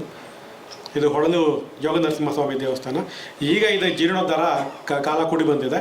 ಈಗ ಜೀರ್ಣೋದ್ಧಾರ ಶುರು ಮಾಡಿದ್ದಾರೆ. ಇದು ಹಾಸನ ತಾಲೂಕಿನ ಕಡದರವಳ್ಳಿ ಅಂತ ಈ ಊರಿನಲ್ಲಿ 3 ದೇವಸ್ಥಾನ ಇದೆ. ಆ ಊರಿನ ಹೊರಗಿನ ಒಂದು ಹೊಂಡದಲ್ಲಿ ಈ ಶಿಲಾಬಾಲಿಕೆಯರ ವಿಗ್ರಹಗಳನ್ನು ಬಿಸಾಕಿದರು. ಇದ್ರ ಬಗ್ಗೆ ಸ್ವಲ್ಪ ಅವೇರ್ನೆಸ್ ಕ್ರಿಯೇಟ್ ಮಾಡಿದ್ಮೇಲೆ ಇಲಾಖೆ ಅಧಿಕಾರಿಗಳು ಹೋಗಿ ಅದನ್ನು ತಂದು ಅಲ್ಲಿನ ಪಕ್ಕದ ಒಂದು ದೇವಸ್ಥಾನದಲ್ಲಿ ಇಟ್ಟರು. ಇದು ಬೆಂಡೆಕೆರೆ ವೇಣುಗೋಪಾಲ ಸ್ವಾಮಿ ದೇವಸ್ಥಾನ. ಆಗಲೇ ದಾಮೋದರೇಶ್ವರ ದೇವಸ್ಥಾನ ನೋಡಿದ್ರಿ. ಅದೇ ಊರಿನ ಒಂದು ವೇಣುಗೋಪಾಲ ಸ್ವಾಮಿ ದೇವಸ್ಥಾನ ಸ್ವಚ್ಛಗೊಂಡ ನಂತರ ಇದು ಜಿಗಣಿಯ ವರದರಾಜ ಸ್ವಾಮಿ ದೇವಸ್ಥಾನ. ಹೊಯ್ಸಳ 3ನೇ ಬಲ್ದಾಳನ ಸಾಮಂತನಾಗಿದ್ದ ಇಳುವಂಜಿ ರಾಯ ಕಟ್ಟಿಸಿರುವಂಥದ್ದು. ಇದು ಒಳಭಾಗಕ್ಕೆ ಹೋಗೋಕ್ಕೆ ಆಗದೇ ಇರುವಂಥ ಒಂದು ಪರಿಸ್ಥಿತಿ ಇತ್ತು. ಇದ್ರ ಬಗ್ಗೆ ಸ್ವಲ್ಪ ಅವೇರ್ನೆಸ್ ಕ್ರಿಯೇಟ್ ಮಾಡಿದೆ ಈ ವಿಡಿಯೋ ಮುಖಾಂತರ. ನಂತರ ಒಂದು ತಂಡ ಹೋಗಿ ಅಲ್ಲಿನ ಸ್ವಚ್ಛತೆಯನ್ನು ಮಾಡಿತು. ಇದು ಕಿತ್ತನಕೆರೆಯ ಲಕ್ಷ್ಮೀ ನರಸಿಂಹ ದೇವಸ್ಥಾನ ಮೊದಲು ಮತ್ತು ನಂತರ. ಇದು ಸಾರತವಳ್ಳಿಯ ತಿಪ್ಟೂರು ತಾಲೂಕು ಸಾರತವಳ್ಳಿಯ ಚೆನ್ನಕೇಶ್ವರ ದೇವಸ್ಥಾನ. ಇದು ನಂಜುಂಡೇಶ್ವರ ದೇವಸ್ಥಾನ. ಹೋದ ವಾರ ಕ್ಲೀನ್ ಮಾಡಿದ್ರು ಇದನ್ನು. ಇದ್ರ ಹೋದ ಅಂಕೋರ್ ವಾಟ್ ಥರ ಅನಿಸುತ್ತೆ ನಮಗೆ. ಆ ರೀತಿಯಾಗಿ ಮರದ ಒಂದು ಬಂಧನದಲ್ಲಿದೆ. ಇದು ಕಿತ್ತನಕೆರೆಯ ದೇವಸ್ಥಾನವನ್ನು ಯುವಕರು ಯಾವ ರೀತಿ ಬೆಂಗಳೂರಿನಿಂದ ಹೋಗಿ ತಂಡವನ್ನು ಕಟ್ಕೊಂಡು ಎಲ್ಲ ಸಲಕರಣೆಗಳೂ ತೊಗೊಂಡೋಗ್ಬಿಡ್ತಾರೆ ಜೊತೆಯಲ್ಲಿ ಹೋಗಿ ಅಲ್ಲಿ ಸ್ವಚ್ಛ ಮತ್ತು ಅಲ್ಲಿರೋ ಸ್ಥಳೀಯರನ್ನು ಕೂಡ ಸೇರಿಸ್ಕೊಂಡು ಅವರ ಮನವೊಲಿಸಿ ಯಾವ ರೀತಿಯಾಗಿ ಸ್ವಚ್ಛತಾ ಕಾರ್ಯಗಳನ್ನು ಮಾಡ್ತಾ ಇದ್ದಾರೆ ಅನ್ನೋದಕ್ಕೆ ಒಂದು ಎಕ್ಸಾಂಪಲ್ಲು. ಇದೆಲ್ಲ ಯುವಕರ ತಂಡ. ಇದು ಹೋದ್ವಾರ ಆಗಿರುವಂಥದ್ದು. ಮತ್ತು ಬೇರು ಭೂಮಿ ಅಂತ ಒಂದು ತಂಡ ಇದೆ. ಮತ್ತು ಧರ್ಮರಕ್ಷಕರು ಅಂತ ಒಂದು ತಂಡ ಇದೆ. ಈ ರೀತಿಯಾಗಿ ಹಲವು ತಂಡಗಳಿದ್ದಾವೆ.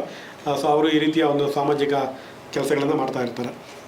ಸೊ ಸಮಯ ಇಲ್ಲದೇ ಇರೋದ್ರಿಂದ ಬೇಗ ಹೋಗ್ತೇನೆ. ಈಗ ಕೆಲವು ಪಾಳು ಬಿದ್ದಿರೋಂಥ ಹೊಯ್ಸಳ ದೇವಸ್ಥಾನ ಅಂದರೆ ನಾವು ಬೇಲೂರು, ಹಳೇಬೀಡು, ಸೋಮನಾಥಪುರನೇ ನಮಗೆ ಮೈಂಡಿಗೆ ಬರುತ್ತೆ.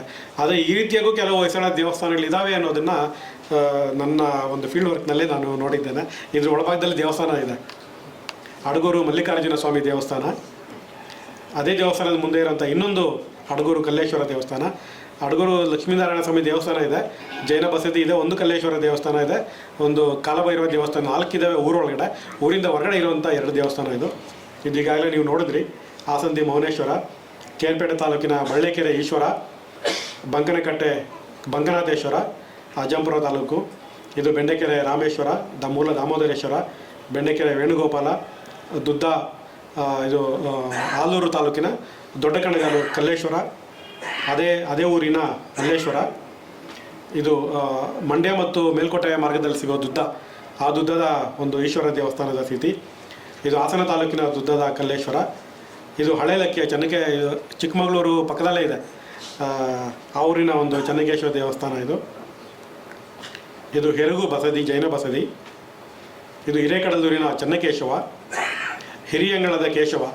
ಇದು ತ್ರಿಕೂಟ. ಇದು ಒಳಭಾಗದಲ್ಲಿ 3 ಗರ್ಭಗುಡಿ ಇದೆ. ದುರಂತ ಏನಂದರೆ 3 ಗರ್ಭಗುಡಿಯನ್ನು ಅಗೆದು ನಿಧಿಗೋಸ್ಕರ ಹುಡುಕಾಡಿದ್ದಾರೆ. ಅದೇ ನಿಧಿ ಇರ್ತಾ ಇರಲಿಲ್ಲ. ಅದೊಂದು ತಪ್ಪು ತಿಳುವಳಿಕೆಯಿಂದಾಗಿ ಹಲವಾರು ದೇವಸ್ಥಾನಗಳು ಇವತ್ತು ನಾಶ ಆಗ್ತಾ ಇದ್ದಾವೆ. ಮೊನ್ನೆ ಸೋಮವಾರ ಹೋಗಿದ್ದಾಗ ಅಲ್ಲಿ ಯಲ್ಲಾದಹಳ್ಳಿ ಅಂತಿದೆ, ಬೆಳ್ಳೂರು ಕ್ರಾಸ್ ಹತ್ರ. ಅಲ್ಲಿನ ಒಂದು ಜೈನ ಬಸದಿಯ ಗರ್ಭಗುಡಿಯನ್ನೆಲ್ಲ ಅಗದು ಬಿಸಾಕ್ಬಿಟ್ಟಿದ್ದಾರೆ. ಎಲ್ಲ ಚಪ್ಪಡಿಗಳನ್ನು ಕೂಡ ಎತ್ತುವಷ್ಟು ಶಕ್ತಿವಂತರಾಗಿ ಆಗ್ಬಿಟ್ಟಿದ್ದಾರೆ ಈ ನಿಧಿಗಳರು ಅಂತ ಹೇಳ್ಬೋದು. ಇದು ಕೆಲ್ಲವತ್ತಿಯ ನಾರಾಯಣ, ವಿಷ್ಣುವರ್ಧನರ ತಮ್ಮ ಉದಯಾದಿತ್ಯ ಅಂತ ಇರ್ತಾನೆ. ಆತ ತೀರ್ಕೊಂಡಂಥ ಒಂದು ಊರು ಕೆಲ್ಲವತ್ತಿ. ಶಾಸನ ಕೂಡ ಇದೆ. ಇದು ಕಿಕ್ಕೇರಿಯ ಜನಾರ್ದನ. ಕಿಕ್ಕೇರಿ ಬ್ರಹ್ಮೇಶ್ವರ ನೋಡ್ತೇವೆ ನಾವು.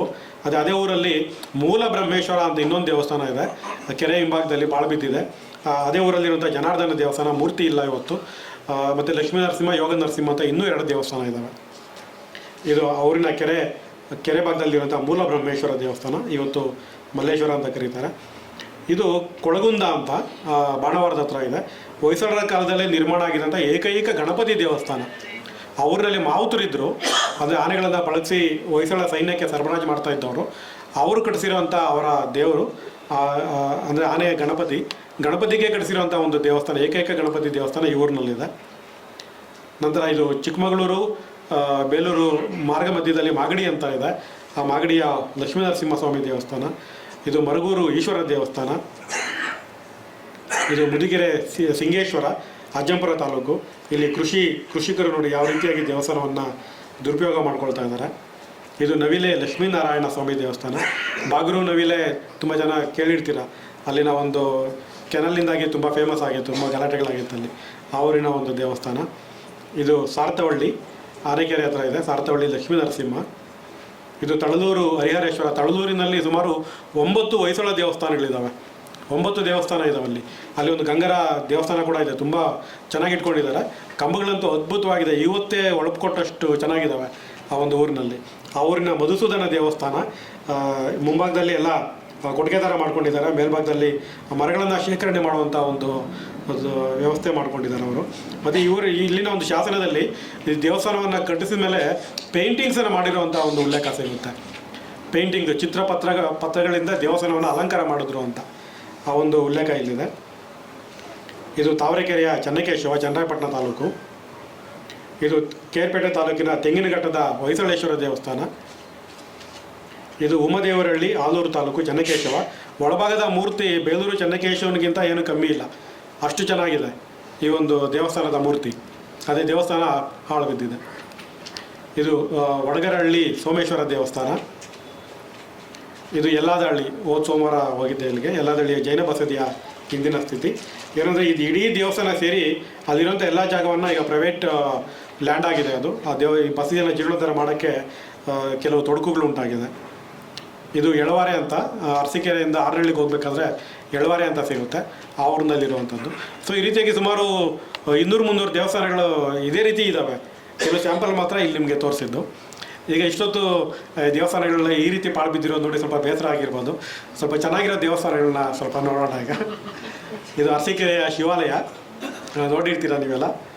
ಇದು ಕೊರವಂಗಲದ ಬೂಚೇಶ್ವರ, ಬಸರಾಳು ಮಲ್ಲಿಕಾರ್ಜುನ, ಹುಲಿಕೆರೆ ಟ್ಯಾಂಕ್ ಹಳೇಬೀಡಿನಿಂದ ಬರೀ 3-4 ಕಿಲೋಮೀಟರ್ ದೂರದಲ್ಲಿದೆ. ಇದು ಬೆಳವಡಿ ವೀರನಾರಾಯಣ, ಬೇಲೂರು ಚೆನ್ನಕೇಶವ, ಚಟ್ಚಟ್ನಳ್ಳಿ ಚಟ್ಟೇಶ್ವರ ಹಳೇಬೀಡಿನ ಹತ್ತಿರ, ಹಳೇಬೀಡು ಹೊಯ್ಸಳೇಶ್ವರ, ಹಾರನಹಳ್ಳಿ ಲಕ್ಷ್ಮೀ ನರಸಿಂಹ, ಚೌಡಹಿರಿಯೂರು ಸೋಮೇಶ್ವರ, ಹಿರೇನೆಲ್ಲೂರು ಮಲ್ಲಿಕಾರ್ಜುನ, ಸೋಮನಾಥಪುರದ ಕೇಶವ. ಇದು ಸಮಯಪುರಂ ಕಣ್ಣಾನೂರಿನ ಹೊಯ್ಸಳೇಶ್ವರ. ನೀವು ಶ್ರೀರಂಗಂಗೆ ಹೋದರೆ ಅಲ್ಲಿಂದ ಬರೀ 10 ಕಿಲೋಮೀಟರ್ ದೂರದಲ್ಲಿ ಸಮಯಪುರಂ ಇದೆ. ತುಂಬ ಜನ ಸಮಯಪುರಂಗೆ ಹೋಗಿದ್ದೀರಾ ಅಂತ ಹೇಳಿದ್ರೆ ಹೋಗಿದ್ದೀನಿ ಅಂತಾರೆ. ಆದರೆ ಅಲ್ಲಿ ಮಾರಿಯಮ್ಮನ ದೇವಸ್ಥಾನ ನೋಡೋಕೆ ಹೋಗಿರ್ತಾರೆ ತುಂಬ ಜನ. ಆದರೆ ಅಲ್ಲಿಂದ ಬರೀ 5 ನಿಮಿಷ ವಾಕೇಬಲ್ ಡಿಸ್ಟೆನ್ಸಲ್ಲಿ ನಮಗೆ ಹೊಯ್ಸಳೇಶ್ವರ ದೇವಸ್ಥಾನ ಇದೆ. ವೀರ ಸೋಮೇಶ್ವರ ಕಟ್ಟಿಸಿರುವಂಥದ್ದು, ಚೋಳ ಮತ್ತು ಪಾಂಡ್ಯ ಶೈಲಿನಲ್ಲಿ ಕಟ್ಟಿಸಿರುವಂಥದ್ದು. ಪಾಳು ಬಿದ್ದಿತ್ತು. ಇದನ್ನು ಈಗ ಅಲ್ಲಿನ ಸರ್ಕಾರ ಜೀರ್ಣೋದ್ಧಾರ ಮಾಡಿ ತುಂಬ ಚೆನ್ನಾಗಿ ಇಟ್ಕೊಂಡಿದ್ದಾರೆ. ಒಳಭಾಗಂತೂ ತುಂಬ ಚೆನ್ನಾಗಿದೆ. ಕಣ್ಣಾನೂರಿನ ಹೊಯ್ಸಳೇಶ್ವರ ದೇವಸ್ಥಾನ ಶಾಸನ ಕೂಡ ಇದೆ ಅಲ್ಲಿ. ತಲಕಾಡು ಕೀರ್ತಿನಾರಾಯಣ, ಶ್ರವಣಬೆಳಗೊಳದ ಅಕ್ಕನ ಬಸದಿ, ಶಾಂತಿಗ್ರಾಮದ ಧರ್ಮೇಶ್ವರ, ನಾಗಲಾಪುರದ ಕೇಶವ, ಮೊದಲೇ ಕೇಶವ ಮತ್ತು ಸಿದ್ದೇಶ್ವರ. ಸೊ ಇದಿಷ್ಟು ಕೆಲವು ಚೆನ್ನಾಗಿ ಇಟ್ಕೊಂಡಿರೋಂಥ ಕೆಲವು ದೇವಸ್ಥಾನಗಳು. ಧನ್ಯವಾದಗಳು.